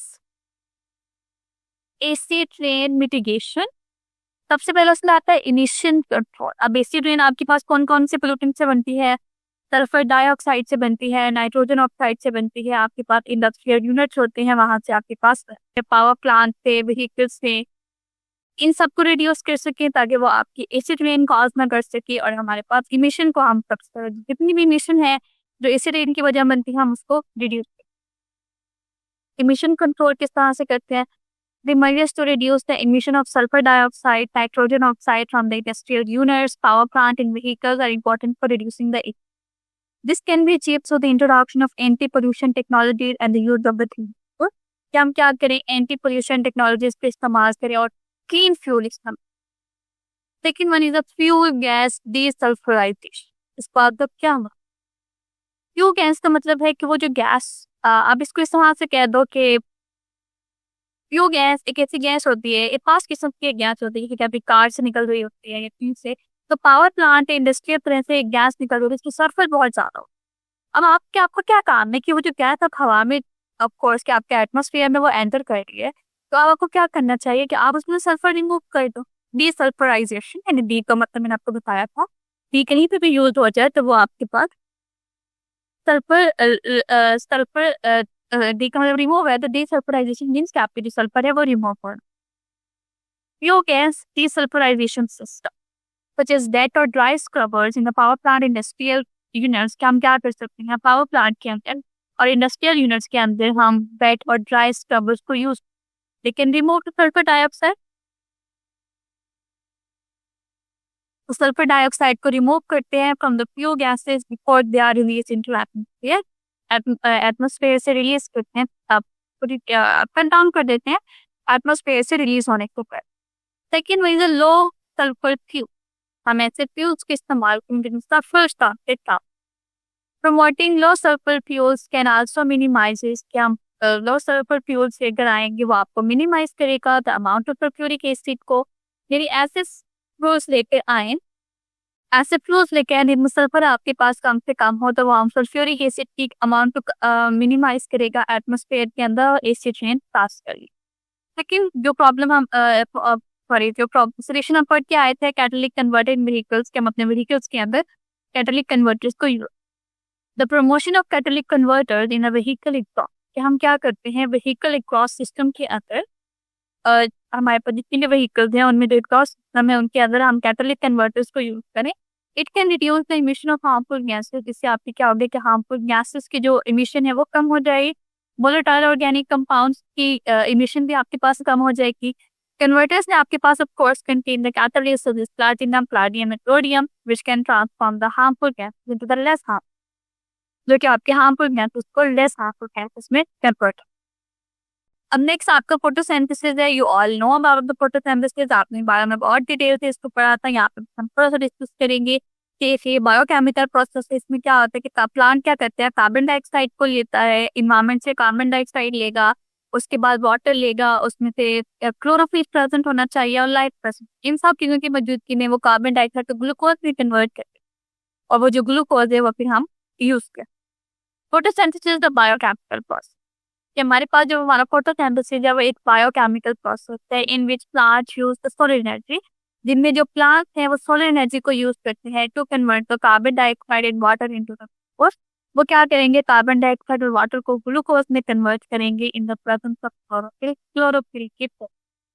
it is an essential process, ये बहुत ही इंपॉर्टेंट प्रोसेस है that sustain most life on earth, लेकिन बहुत सारी लाइफ अर्थ को सस्टेन करता है by producing oxygen. Oxygen produce करते हैं कि वो ऑक्सीजन जो है वो इन्वायरमेंट वाले आपसे इनहेल करते हैं, एनिमल्स और ह्यूमंस इनहेल करते हैं, और आपके पास ऑर्गेनिक कंपाउंड्स भी प्रोड्यूस होते हैं। Photosynthesis play a key role in a carbon cycle. Photosynthesis क्या करता है, कार्बन साइकिल के अंदर बहुत इंपॉर्टेंट रोल करता है by removing the carbon dioxide from the atmosphere, कि वो क्या करेगा एटमॉस्फेयर के अंदर कार्बन डाइऑक्साइड को रिमूव कर देगा from the atmosphere and turning into the organic matter, और हमारे पास उसको ऑर्गेनिक मैटर में कन्वर्ट करेगा।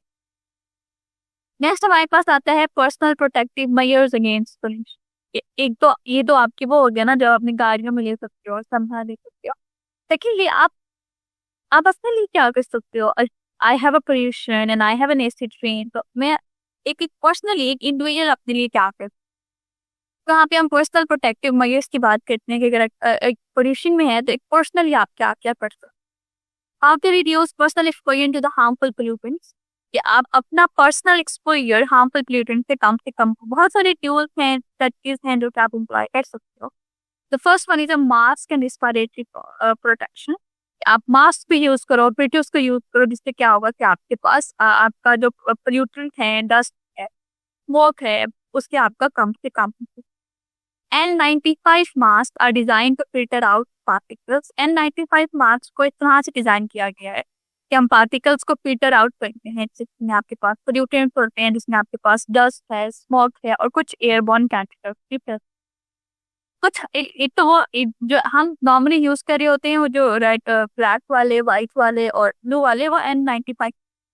एक और भी आपने मास्क देखे होंगे जो कि मोस्टली वर्कर्स के पास होती है, जब बहुत ज्यादा गैस होती है तो वो अपने ऊपर डालते हैं, मूवीज में भी आपने देखा होगा। तो उनमें आपके पास कार्बन फिल्टर्स होते हैं, अब वो गैसेस को, वोलेटाइल कंपाउंड्स को आप उसमें रिमूव कर। Gas filters contain activated carbon filter, वो जो गैस मास्क होते हैं उनमें आपके पास activated carbon filters that absorb certain gases, जो कुछ गैसेस को वो एब्जॉर्ब करते हैं, एंड वोलेटाइल ऑर्गेनिक कंपाउंड्स को वो absorb not. It is vital to choose mask certified by the relevant regulatory authorities and use precisely according to them. Mask को choose करना भी और उसको उसके मुताबिक यूज करना भी बहुत ज्यादा इम्पोर्टेंट। एयर क्वालिटी इंडेक्स, आप अपनी लोकेशन में देख सकते हो कि वहाँ का एयर क्वालिटी इंडेक्स क्या है और उस हिसाब से आप अपने प्रिकॉशंस ले सकते हो। Air quality indexes provide information about the general air quality of a certain. एक सिंपल अगर आपके पास लोकेशन है तो उसकी जनरल क्वालिटी के बारे में वो आपको बताते हैं। दे यूज द न्यूमेरिकल स्केल, उनमें आपके पास कुछ सिंपल न्यूमेरिकल स्केल्स होते हैं, जो कलर कोडेड सिस्टम होते हैं जो आपकी एयर पोल्यूशन में उसको indicate. By regular checking the air quality you can take this as precaution, क्या एयर क्वालिटी को चेक कर सकते हो कि आप एयर पोल्यूटेड है या नहीं है और आप इस हिसाब से precautions low. Carbon monoxide detector, installing the carbon monoxide detectors in homes, offices and alert people to carbon monoxide level। आपने हमारे तक पॉइंट पढ़ा था कि कार्बन मोनोऑक्साइड ऑर्डरलेस गैस है और कलरलेस, उसकी प्रेजेंस को आप डिटेक्ट नहीं करते। अगर आपके होम में कार्बन मोनोऑक्साइड है, घर में, ऑफिस में या कहीं पे भी कार्बन मोनोऑक्साइड अगर आपके पास आसपास है, कहीं से प्रोड्यूस हो रही है, आप उसे डिटेक्ट नहीं कर। तो इसलिए हमें उनके लिए डिटेक्टर इंस्टॉल करने की, जैसे अगर कार्बन मोनोऑक्साइड बढ़ती है तो वो हमारे पास क्या हो, हमारे पास क्या होने चाहिए कि ताकि वो डिटेक्टर से क्या हो, हम उसको डिटेक्ट कर सकें, वो डिटेक्टर आपको बता सके कि हमारे पास उसके level. This allows quick action to be taken, इससे आप क्या कर सकते हो, क्विक एक्शन ले सकते हो, आप एरिया को वेंटिलेट कर सकते हो, पोटेंशियल सोर्स को सील ऑफ कर सकते हो और evacuating area other enclose spaces, कि आप एरिया को और या इनक्लोज स्पेस से बाहर आ सकते।